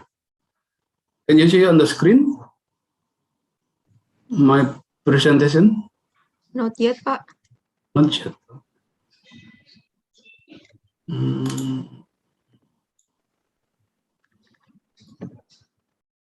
Up here and then share. What this? Oh, yeah. Yeah, it's Okay. showing. Showing, okay. Thank you. Okay, little message on regression analysis. Yeah. Yeah, I have provided you with very brief, it's really very brief overview of the whole important things of the regression. So hopefully it will help everyone here to have to be encouraged to come up with proper estimate. Yeah. Sometimes we are so scared about the quality of our estimates, or sometimes we are so overconfident. So hopefully what you have heard provides some guides in terms of how you should look at the regression results. Yeah, first is then should not be very naive. Yeah, very naive. So I don't think there is anything in the world that is not affected by more than one factor. So in sense, simple regression is in many cases does not really make sense. Yeah, it's a really naive one. You cannot say this is the impact of this one, holding other things constant when you don't. You're not holding them constant. In the simple regression, you're not holding others constant. You let them move up and down because you are controlling them. So should be in very particular case where you really know that, or you really believe that other factors are not really important. And secondly, not being overconfident also, because you have been told that OLS is the best, yeah, it's blue, yeah? So should not be overconfidence. First, of course, you have to make sure that all the assumptions, all the most important assumptions, satisfied. And even that is true, and then you still have to be careful when reading the result of the regression. Yeah? I think the professional judgment should be included there when you read the impact of one variable to another. Yeah? Sometimes the coefficient provide you with some really nonsense. Yeah? But you accept this fully, then could be also a naive one. Yeah? So professional judgment is important. And also important is that conceptually or logically makes sense. Your regression must be conceptually or logically makes sense. Of course, you can run anything with regression and come up with the results, but there's no story there. Regression actually should come up from the concept, yeah, from some idea of or from the intention to test the hypothesis. So there is some concept behind, and we want to test whether that is correct. Yeah, there is some logical behind it that we want to test that this is correct. So when you specify the model, and then it is advisable that you start by having some concept in mind, yeah, or some logical relationship in mind. And especially when you want to use the regression for descriptions. So your regression can be used for at least two things. For the prediction. Prediction, normally we only concerned about the standard error. And secondly, about for the description, to describe the phenomena. So for the description, you need to make sure that T statistics are significant. So you can say with 90% confidence that this affects this one, and this one does not affect this one. So you can have some description of how the dependent variable is affected by the independent variables. This is for description. If you don't have any conceptual behind this conceptual relation behind the regression, and the result of the regression may prompt you to think further about whether this relation makes sense. Yeah. Okay. So very important also to have some sense with the regression. And related to the overconfidence, we also have to remember that there are issues that cannot be handled by regression single univariate regression. If there are co-integrated series, like the example in the Jakarta Stock Exchange and Straits Times, there are some co-integrated series, then you cannot handle it with regression using the normal way, but you have to do some other process, stationary, and then estimate the correct coefficient. So also be mindful of this kind of relations with other variables not in the model. Okay, and then this also lead to the issue of simultaneous equation, because in many cases, one variable affected another variable, and then this other variable affected another one, and then back to, so there's a cycle of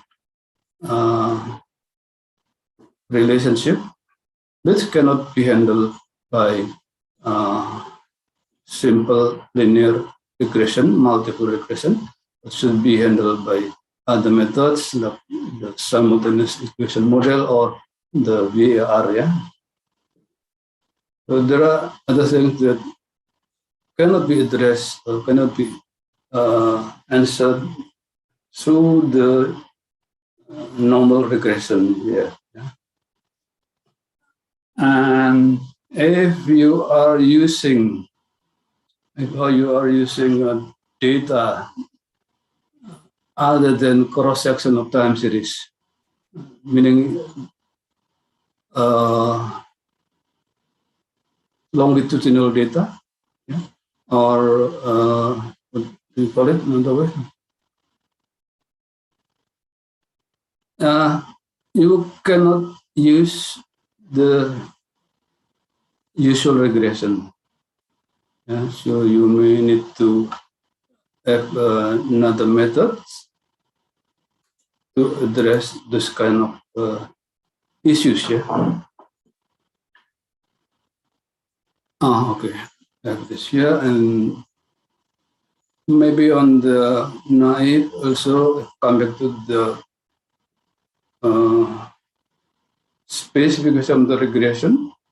We have to always mindful of this conceptual again. Yeah, I said this is related to the, for example, specification of the regression on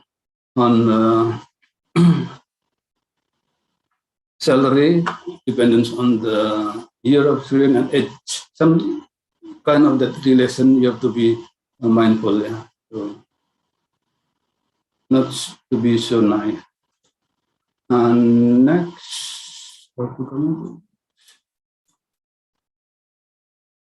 okay. Last point is the importance of testing the assumptions. It's very important that you test the assumptions. That the assumption, if there is an issue, you overcome it, you remedy, provide the remedies. So you have a better or more reliable regression estimates. May not be the best, may not be able to explain anything, but at least you have methodologically you have the right thing. Yeah? You did the proper one. Okay? And then remember also not being too ambitious, having too many variables included. So there's in the modeling, there's a parsimonious approach. Yeah? This is meaning that we prefer to have a more simple model rather than the more or very complicated and relation which you may not be able to explain how this affects this. So parsimonious approach should be also mindful not to be involving too many variables. Because maybe adding one variable does not improve much. Just improve the complexity. Okay. And what's this? Yeah. One most important thing is this. You should consider simple things for improving regression estimate before using bigger. Yeah.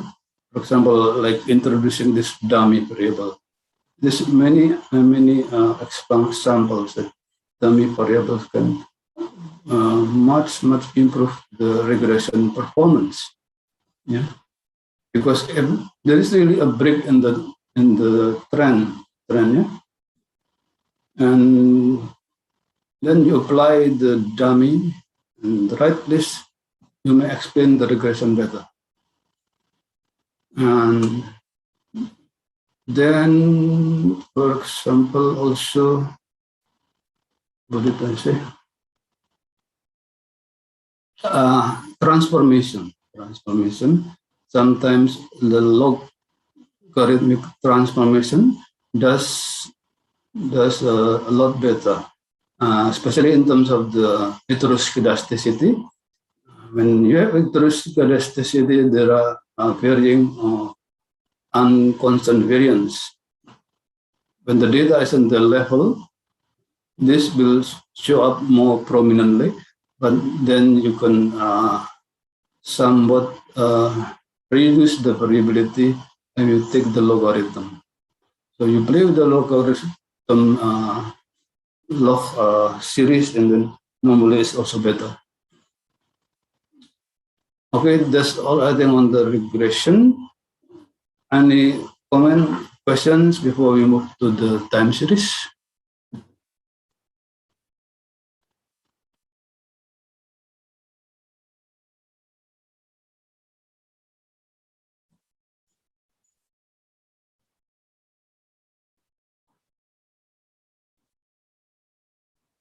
Okay, if not, let's move on to the next item. Time series analysis.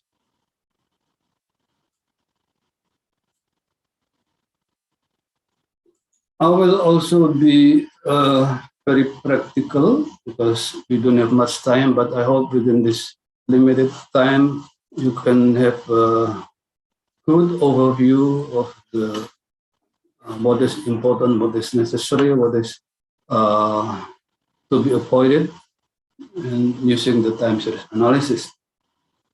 11:20, okay.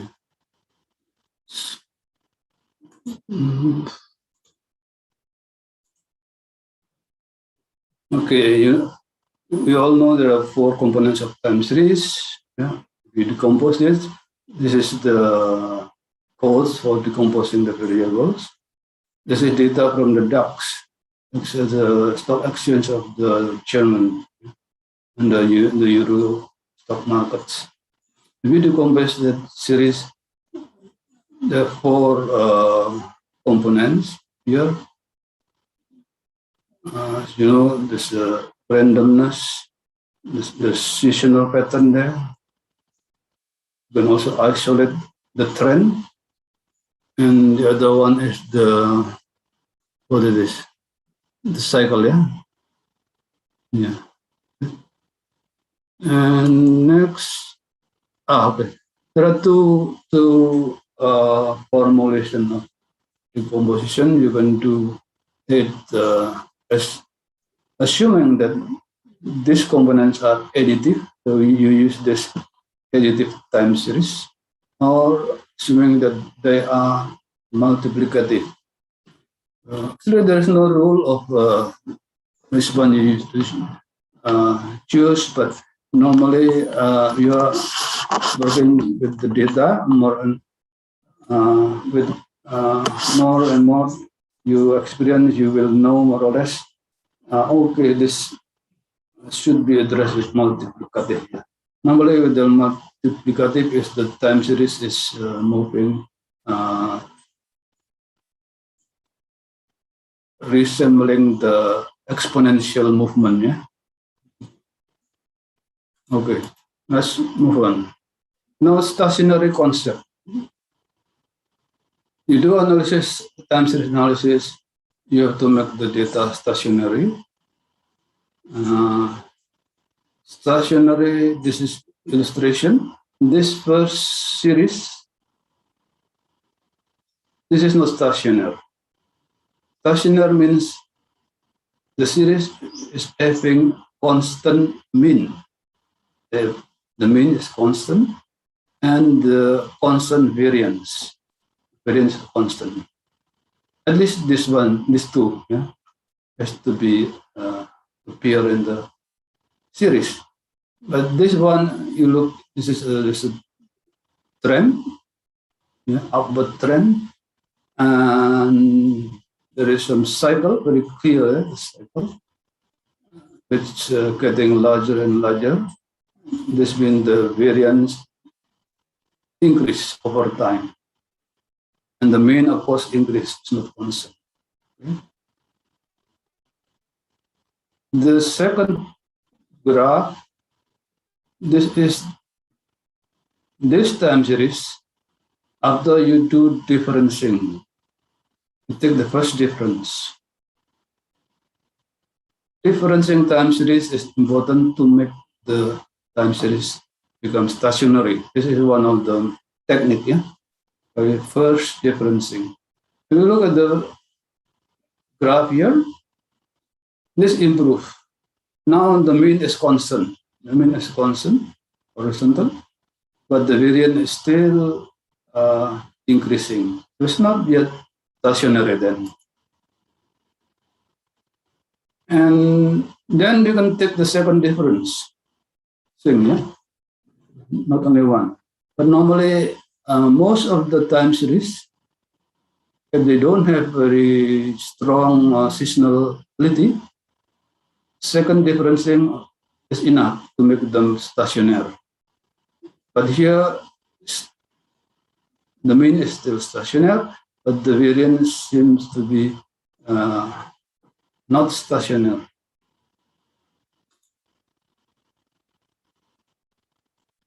So you will need to make sure that time series is stationary, and we will discuss further after this. This is the ARIMA model. There are many models of time series here, but I will only introduce ARIMA. I don't have much time. ARIMA is a combination of the auto-regression model and the moving average model. And the inside is the integrated. Integrated, this is showing the level of differencing that you have done as needed to make this series stationary. Yeah. If you need only one time, then the I, this is the I, order is 0. But you need to differentiate 2 times, then the D equal to 2. Sometimes you also need to differentiate against the seasonality. So there's some additional aspect. So this is the AR. The parameter is P, yeah, E. This is the order of autoregressions. Means showing that this variable, for example, GDP, is GDP affected by the past year GDP, meaning this is order 1, or also by the 2 years ago GDP, AR2. How do you know the order of this? You will see after this. On the MA moving average, the order is called Q. This is just simply showing the relation between the current error with the previous errors. The current error is affected by previous errors. This means MA order 1 and is affected by past 2 periods, MA order 2, something like that. This example of the RMI, ARMA. Okay, just would like to show you more or less the model. Yeah, we are talking about AR1, so this is more or less. I have mentioned GDP affected by GDP last period 2, and then also by the second period. MA is the error, dependent on the last error. Yeah? In many cases, there are such relation between the past error and the current error. As I mentioned, when you omit one very important variables, then the impact of that variable, some of them will stay in the error, so they will show some relation between errors. So this is the moving average. So you check with this model with this is significant. This is significant, meaning there's a presence of correlation between errors. So if this is not significant, then you don't use the MA. MA2 goes until second. Then ARIMA, and this is ARMA. ARMA is a combination of AR and MA. 1 if you have GDP only one period and error one period. I didn't delete this. Okay, that is more or less the form of the relation. When you're talking about ARMA, you can imagine and that kind of relations. And you're talking about moving average, that relation. So now, how to make the series stationary?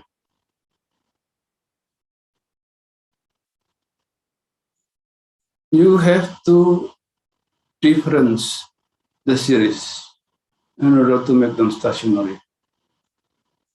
I think I have example of differencing. Let's see. Okay. And this is just illustration of what differencing is for you who are not familiar. This is the series. Let's forgot what variable it is. First differencing, if you take the difference between this and this. This is minus 25, and then between this and this, 49, yeah, 16, etc. This is the series after first difference. If you test this, or you look at the plot, that this is already stationary, then you don't need to go to here. So use this series. This means the I component is 1, right? But sometimes the original series is also already stationary. Like what? Like the stock return. Stock return is by definition is random, yeah. Sometimes up, down, but this is stationary already.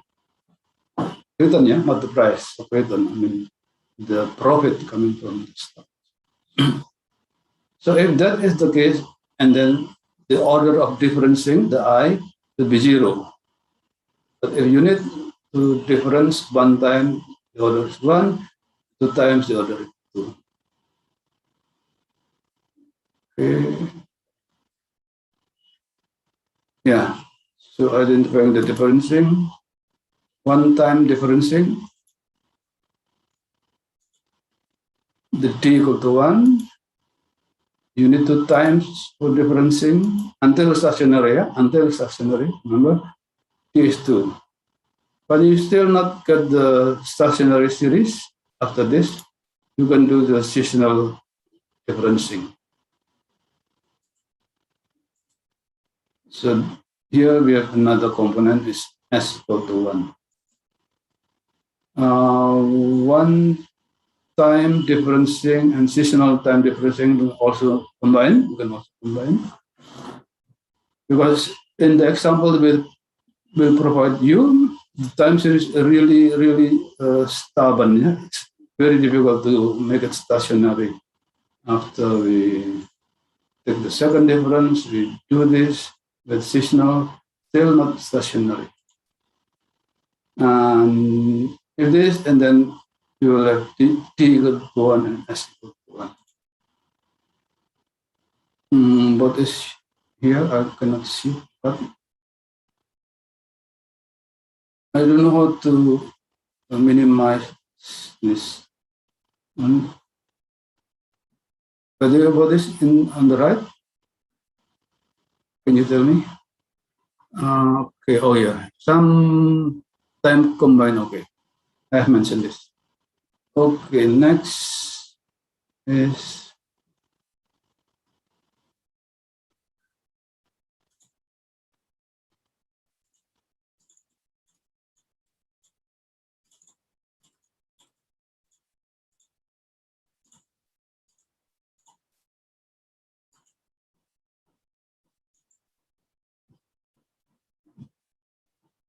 the differencing process. It's just showing you the differencing process, but I have mentioned this, so I do not want to discuss this. So this is the original series. Test for the stationarity. You can look at the graph or you do the tricky polar test. So if stationary already, this means the order is 0. If not, go to the first differencing, etc. You can have a look at this. Here, important concept of autocorrelation function and partial autocorrelation function.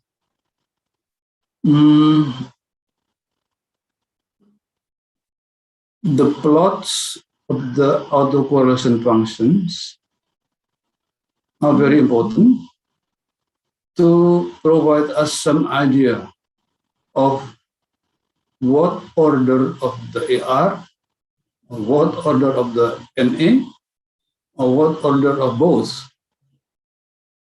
just by looking at this. So we have some indicative model.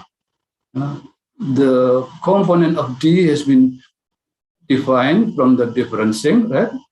But the component of P and AR and MA should be identified by looking at the autocorrelation function and partial autocorrelation function. Yeah? Just moving fast here. Indicative order of AR. If you look at the plot of the autocorrelation function, this of the stationary, the series has to be already stationary. And then if you look at this plot, and this more or less gives you an idea of what is the order of moving average, Q. And then looking at the partial autocorrelation, this is the order of AR. This is what I mean. Suppose we have this kind of plots of autocorrelation, and this is partial autocorrelation. But in reality, in many cases, you don't have very clear pattern like this. Yeah? But here, in principle, the autocorrelation function is dying out, is gradually. This is a gradual movement, gradually declining, gradual decline. This indicates that the model here is AR1, ARIMA 1. Okay. So ARIMA 100. You have to look at this, yeah? The order of differencing is 0, right? And then the plot is like this. So this means the model is ARIMA 1, 0, 0 coming from this, 1 coming from this decaying. Yeah? These two, you have to look at them together. You have to look at them together. If this is decaying like this, then this is significant, only one, very clear, only one significant, then this is telling the order of AR. The order of AR is 1. Okay? So the model should be 1, 0, 0. Or because this is 0, 0, you're going to call it AR1, no problem, AR1. But if this is the plot, yeah, this is the plot just saying that this is ARIMA. Okay, if this is the plot, this means the model should be AR. I mean AR. So then we just have to look at the component of the I is 0, then the model is 1. But if the integration order is 1, then the model should be ARIMA 11 or ARIMA 110. Yeah. And if the time series becomes stationary after you do this seasonal differencing, so this means the model is ARIMA. This is 1 from the AR, 0 from the differencing of differencing of the normal differencing, 0 from the MI, and then S1 is coming from the stationary, like that. Maybe this will help also.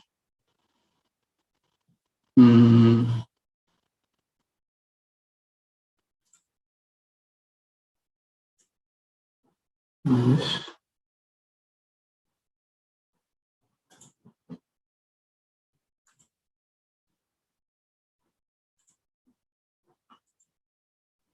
Yeah. If the plot is this, the other way around, the partial autocorrelation is dying out, gradually declining, but autocorrelation is showing 1 or 2 significance, then the model showing the component of the MA. Yeah, but if this is decaying, this is significant, the model is showing the AR. This is showing the MA. So there is a strong component of the NA because there's cut at the left one on the autocorrelation function and gradual decline on the partial.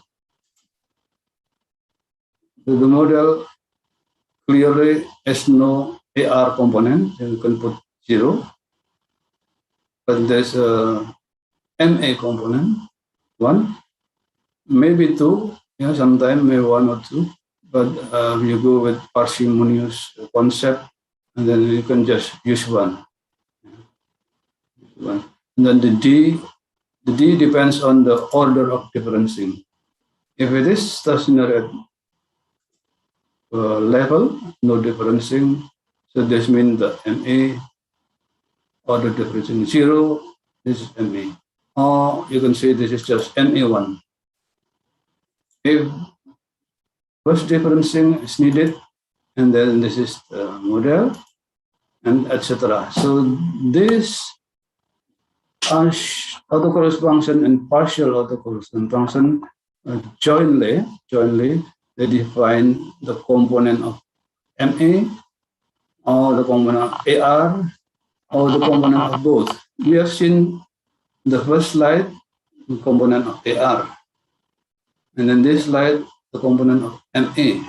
Yeah, but what about both components?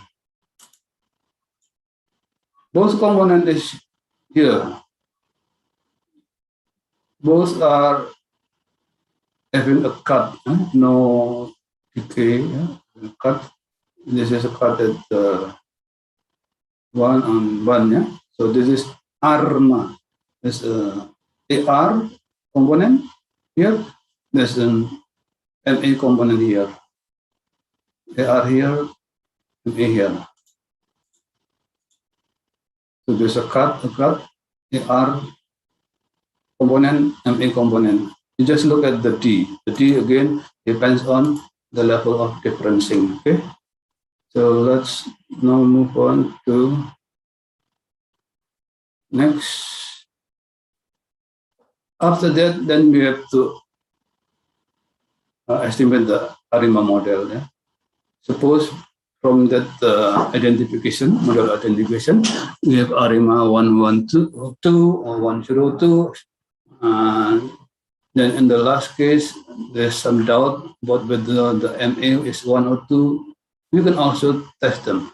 So normally we test not only one model, can be 2 or normally 5 to 6, even up to 10 you have to test.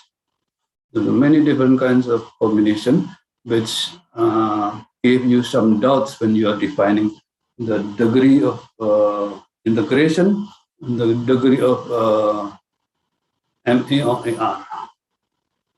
After you estimate this, you need then to check again whether the model is stationary. Yeah? If yes, and then you can plot the residuals to see that. And then, for example, you have 10 series, 10 model estimated. You have to look for one which is the best. The best is those who have this smallest KK coefficient in KK criteria. KK criteria. The smallest one is mean the best. Yeah. So maybe you can use that for forecasting, and then you should also validate the model. Model validation is done by using this test, Lejung box test. Yeah. Okay, that is a bit on the how we do the differencing, how we do the identification of model, and the forecastnya will take you to look at the how we do the auto ARIMA. Why auto ARIMA? Because as you've seen, the process is really tedious. Yeah, it requires you to test, to estimate at least 6 to 10 models, and then maybe you still have to do some iteration if you are not satisfied. Yeah?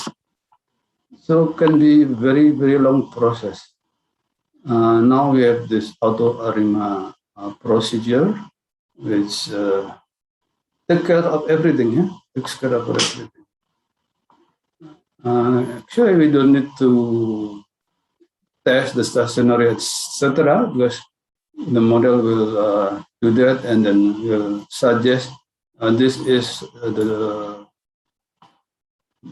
10 models that I have estimated, and this is the best. So let's see how to use this. Let me clear everything. Make sure is it going? Oh no, this is a regression. You have to close this. Then I have to go to the project 4. Yeah, project 4. Yeah. This is the project 4. And I will use the, which one? But which one?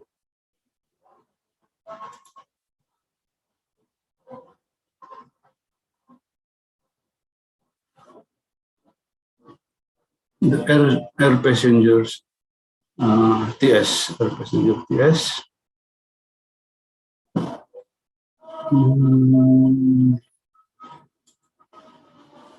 Okay, let's open the project. Now we are in the project 4. Project 4, you can see here. In this working environment of project 4. And you need to find where the R file you want to use, the air passenger TS, this one. Okay, let me clear everything.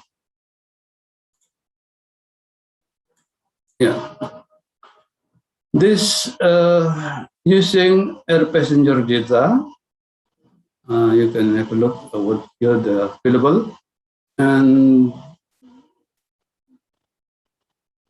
you can just load it by typing this because already in the R, yeah, you have this data.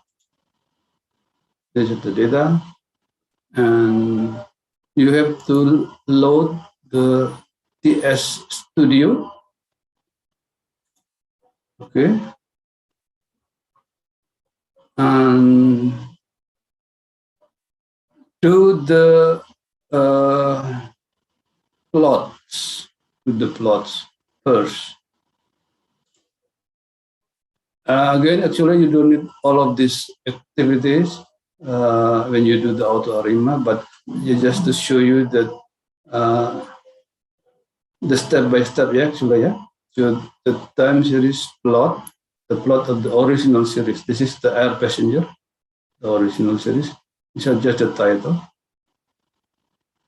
Let me make sure we have enough room. What happened? Oh, okay, we are not plotting, it's just doing the, oh yeah, here. This is the time series that I use in my presentation. This shows the non-stationary series. But what happens if I do first differencing? So this is the code for first differencing. This improve stationary mean not stationary in terms of the variance. And then do first differencing and seasonal differencing. Yeah.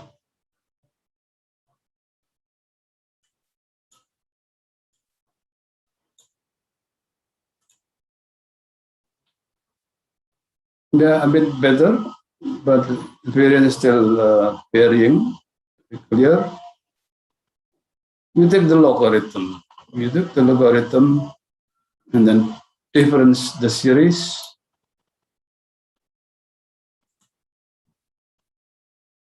Looks better. Yeah. More or less the variance stable, but not so convincing. Okay.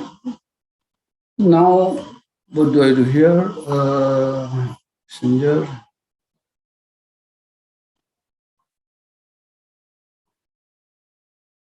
Okay, this is redundant actually. I copy the data of air passenger and put it in an object called AP. Because when I will be doing the autocorrelation function, don't want to write all the time air passenger as passenger, so I use the AP, a short. So I just create this copy. Here I got the copy, same data, passenger, and then I do first differencing. So this, of course, provide us the same picture, yeah, until this. Okay, I don't want to run this. It will give the same picture. Now, this should give us some idea whether the time series is stationary after first differencing or second differencing. But here we are still not very convinced that they are stationary at that level, but we will run the auto arima later. But here, to know the steps, I have here the plot of autocorrelation function and partial autocorrelation function. So this is what I mean. I don't want to write air passenger every time, so I change it to AP. Okay, so let's see the plot. This is dying. Yeah. This is the confidence level, the significance level. So you go beyond this line, this means very significant. So the time series is declining very, very slowly and partial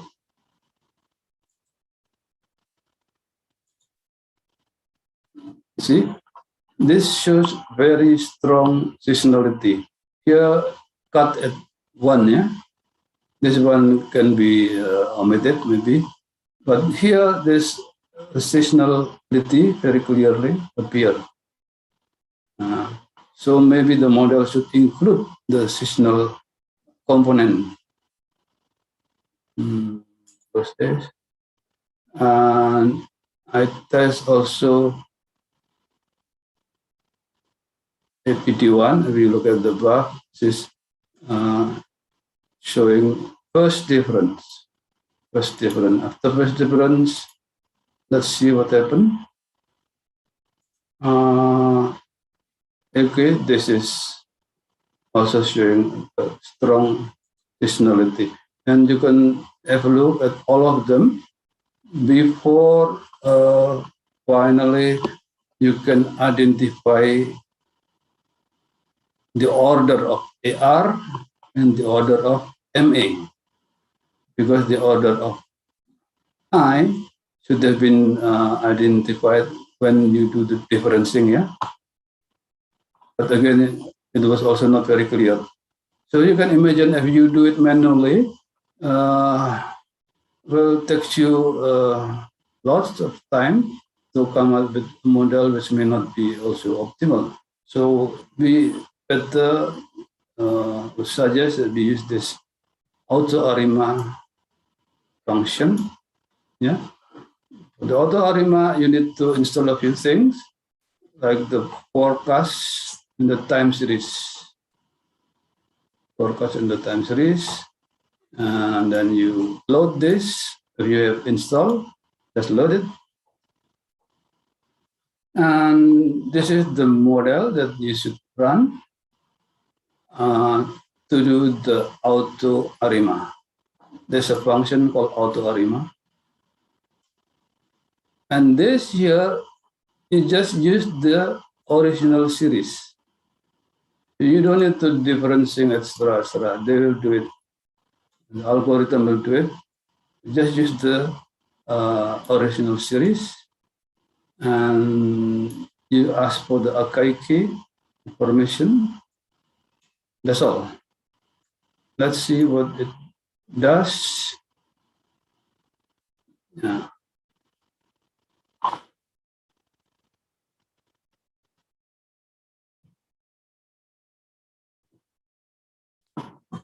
Okay, here what the model did. How many estimates? 1, 2, 3, I think more than 20, I think. I don't know. You can count. And they come up with the best model here. The best model is ARIMA with 0 component of AR, 1 differencing, and then 1 MA. And then the second one, you continue the model with AR2, ID1, MA1, and there's a seasonality. So the model is very, very long, which maybe takes you hours to come up with that kind of this one. So why this is the best? This is the best because it gives the smallest Akaike information. Where's the Akaike? Yeah. You give the Akaike information 019.5. So you look at this, 112, 0.1.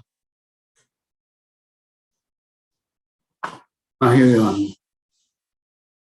So this is the one, giving the smallest Akaike information criteria. Arima, this is the model that we are using. Okay, let's follow this suggestion, and we do some forecasting. Using this model, we do the forecasting.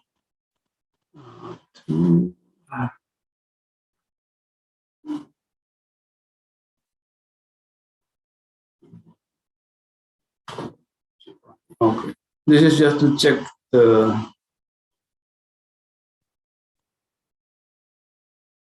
whether the model is already stationary. Yeah, you can run this.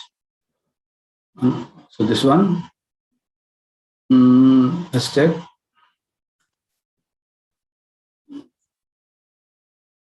Yeah, it's stationary already. Yeah, cut. No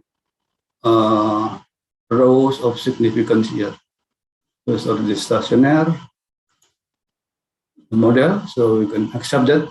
And the partial or part also already fine. Yeah, it's already fine. No one beyond this line. Okay. So we should use that for forecasting. This is the codes to do the forecasting. So AP forecast. Yeah, this is the code. This function, forecast function, and you ask for the 95% confidence, and this is the number of heads you would like to forecast. 30 periods ahead or 10 periods ahead, you can define here. Okay, and let's do this. So now we have the data until June 1963. The original data is only until 1960. So we have the forecast there. And this is the look of our, let's see that.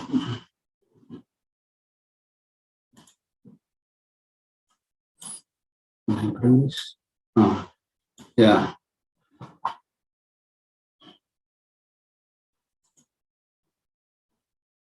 This is the forecast. This following the pattern still with some standard error here. Shadow showing the standard error. So it's pretty good thing. And what next? Yeah, after we forecast, we need to validate whether the model is okay. Yeah, it's really stationary. We use this Lejung box test.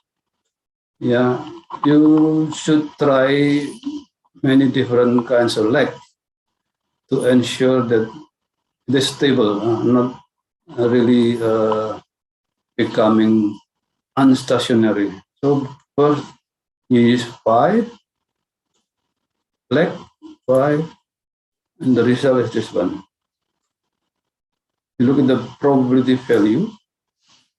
The probability value that there is an autocorrelation is, and that there is no autocorrelation is high. So, I mean, and there is stationary in this case is high. So the model is stationary already. We accept the hypothesis that the model is stationary. With like 15, 20, etc., you try, and all of them showing that the model is stationary. So that's all. You can conclude. You can have the forecast already. Okay. I want to show you one more thing before we conclude.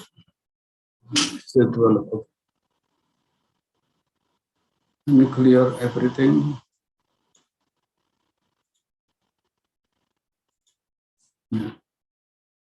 I have shown you step by step, so we know what is happening. But you really just want to see or to get the forecast, and then you can just run everything at once. Okay, you run everything at once.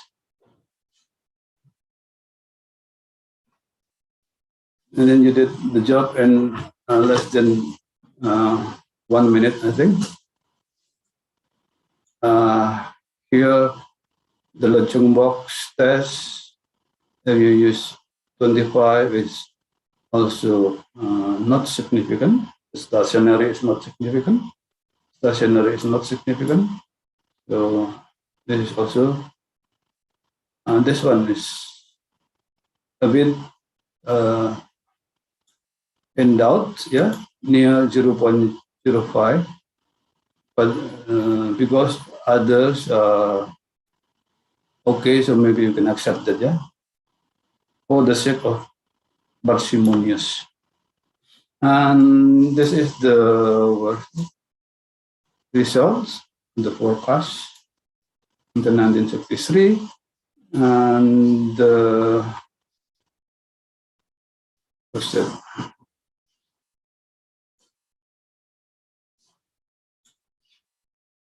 The estimate, this is the estimate of the model, same thing, and give the best ARIMA 011 to 1012. So this is the end of the session on time series analysis. So tomorrow we can focus on the handling missing values, and then I plan to provide you some exercise, but I forgot to copy the data. So the exercise is to request you to do the regression estimate using the data that I will provide you. So you can copy the script that I provided. I think we better use this morning one because it is some revision there. Then please make the estimates on your own, and then let's see tomorrow. I will show you my estimate whether it is the same as with yours. Yeah? I will give you the data through Hanif this afternoon, maybe early afternoon, and you can do the regression analysis. Okay, any questions? May I ask a question, Pak Agus? Yes, please. It's on the selection model part.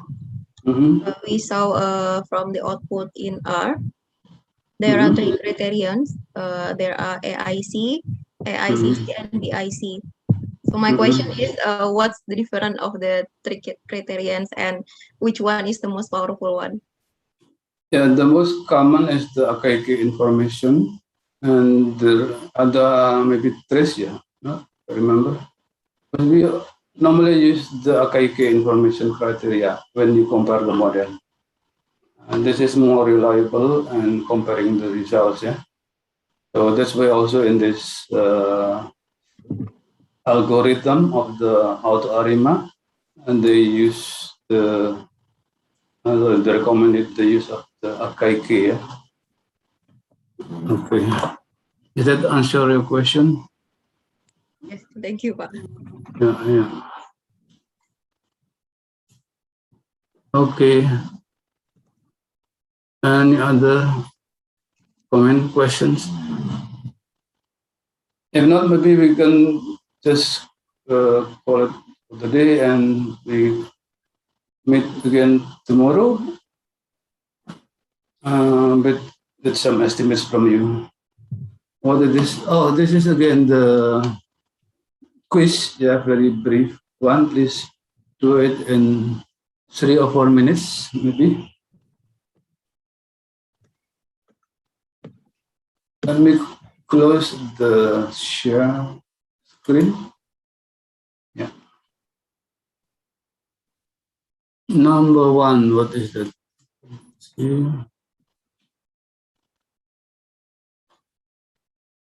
Autocorrelation and partial autocorrelation plot of the series. Yeah? Is of the series. Could indicate significant tests, the presence of stationarity, or the best model.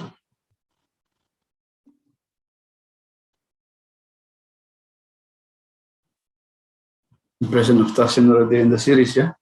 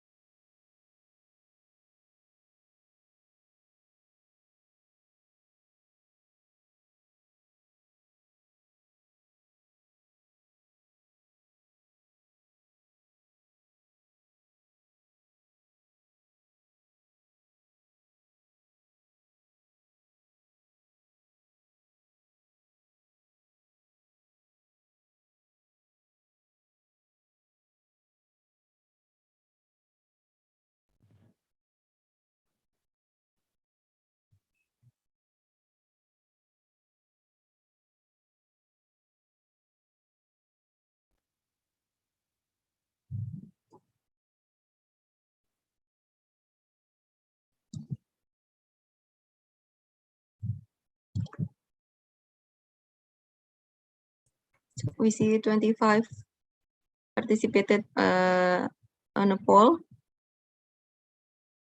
We will wait 1 more minute before we end the poll.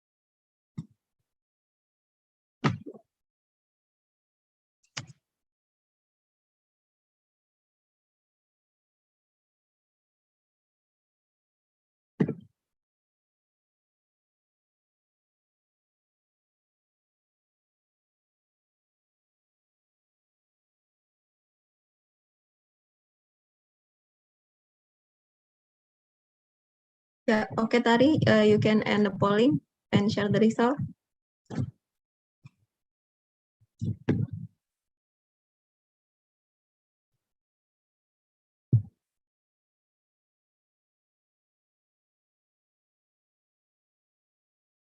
Agus, you still muted.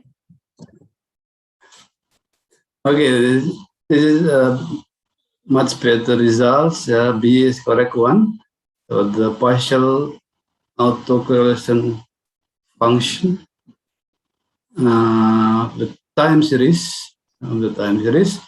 indicate the stationary or no. So whether the time series is stationary or no, you can have some indication by looking at the plot of this. The plot is autocorrelation, this partial autocorrelation. And number two was this autocorrelation function and partial jointly can give an indication of, okay, number A,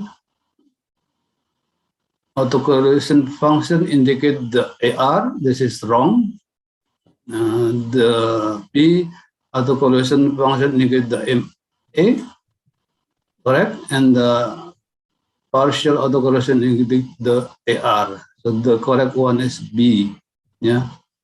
So the autocorrelation is for the MA order, and the partial autocorrelation is for the AR. So the correct answer is B. Okay.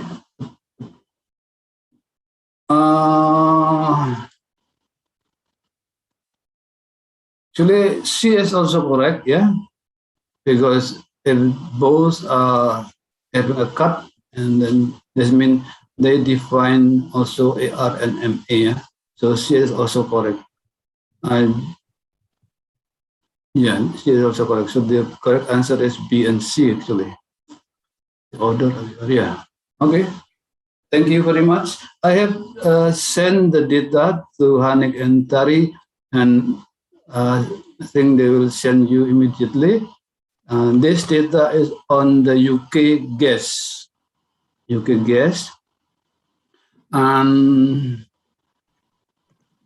the exercise is for you to run the auto ARIMA.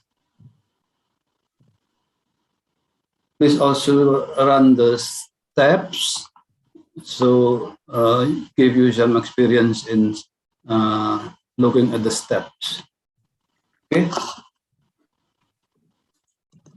Oh, I have not sent the data yet. You are working there. Sorry. Okay. It's sent now. Okay, thank you very much. Then, yes, yeah. May I ask you some question? Yes, please. Yes, for the process of validate. Yeah. When we run the command such as like a box test, like 5, because most of them p-value higher than 0.05, and I would like to know about the meaning of this test. Okay, this test is to test the hypothesis that the model, this is the model already, not the time series, but already formulate the model. This is ARIMA 101, something like that, yeah. This is the model we are testing. This model that we are using should be free of stationary. Should be stationary, yeah. Should be free of unstationarity problem. So the hypothesis is that the model is stationary. The model is stationary, and the p-value, for example, one of them is how many? Let's see. P-value, for example, is for the leg, how many? Leg 20. can see the whole thing. Yeah, for the last one, yeah. Let's see, the last one is easier. For the last one, the p-value is 0.6649, right? So this says that the probability that the model is stationary is 6.6%. So this is acceptable for statistician because it's greater than 5%. So because the H null is acceptable, this means we accept H null, which means that the model is stationary. But if this probability is really, really small, yeah, so there is very small probability that the model is stationary. This means the model is not stationary because the probability is that small. So again, just for easier, when p-value is greater than 0.05%, then we are okay. Okay, that answer your question? Yes, thank you very much. Okay, thank you. Welcome. Yeah, Pak Agus, there is one more question. Yeah, please. Yeah, I will read the questions. When we run a comment before, we get the best result is ARIMA 011 and 210. So how to read this? It is the first one is the best, or the second one, or both are the best model. So which one we can use? That is one model only. One model only, but a very long component, very long, what do you call it? Yeah, the very long specification of the model. Yeah, so the AR0, yeah, I'm not mistaken, AR0, and then I1, 011, and yeah, 10. and integrated order one, yeah. So the I1, and then the MA1, but not. This is not all, and then we plus again with the second differencing, that the R0 again, and then the differencing again. So this means that we require 2 times of differencing, and then also 1 times of seasonal differencing. 4 is seasonal differencing. So this is very long model, which I don't know in here, because in other program like the HUs, I think they provide the formulation. Here may be confusing, even I cannot write the function with this, yeah. And then people normally don't worry because they only concerned about whether this is best, whether we can get the validated, whether we can get the forecast. So the function can be very cumbersome, yeah, if we follow the auto-ARIMA. But if you do your own, the specification, normally you just go with one parenthesis, the first one. And this is for parsimonious approach also. Yeah. But this, if you see the graph, I think it's gone already. Yeah, the graph is quite neat. Yeah, I think the confidence interval is very small, and the forecast is really following the pattern of the data series. Yeah. So that's all I can answer, I think. Yeah, there's one more question, Pak. Yeah, please. So, what time series model do you recommend for forecasting, especially after the pandemic? The pandemic. Yes. Yeah, pandemic. You have daily data. Yeah. Maybe it's also good to use this ARIMA. Yeah. This may also show whether there is some kind of seasonality. Maybe like in Indonesia, normally we have a holiday, and then there's a jump in the case this corona, and if no holiday, normally it's becoming normal again. Maybe that you can use this, or if you wish, yeah, because normally this is depends on the country, yeah, depends on the country. But if you see the trend is more or less exponential, or more or less can be approached with the linear line, maybe you can also use the other approach using the linear line, yeah. For example, with the AR, just the AR. I mean, just using time as one of the variables. But if there are fluctuation, there are some seasonality, like the one I mentioned, because of the holiday, you have more cases. Maybe you can address it with this ARIMA better.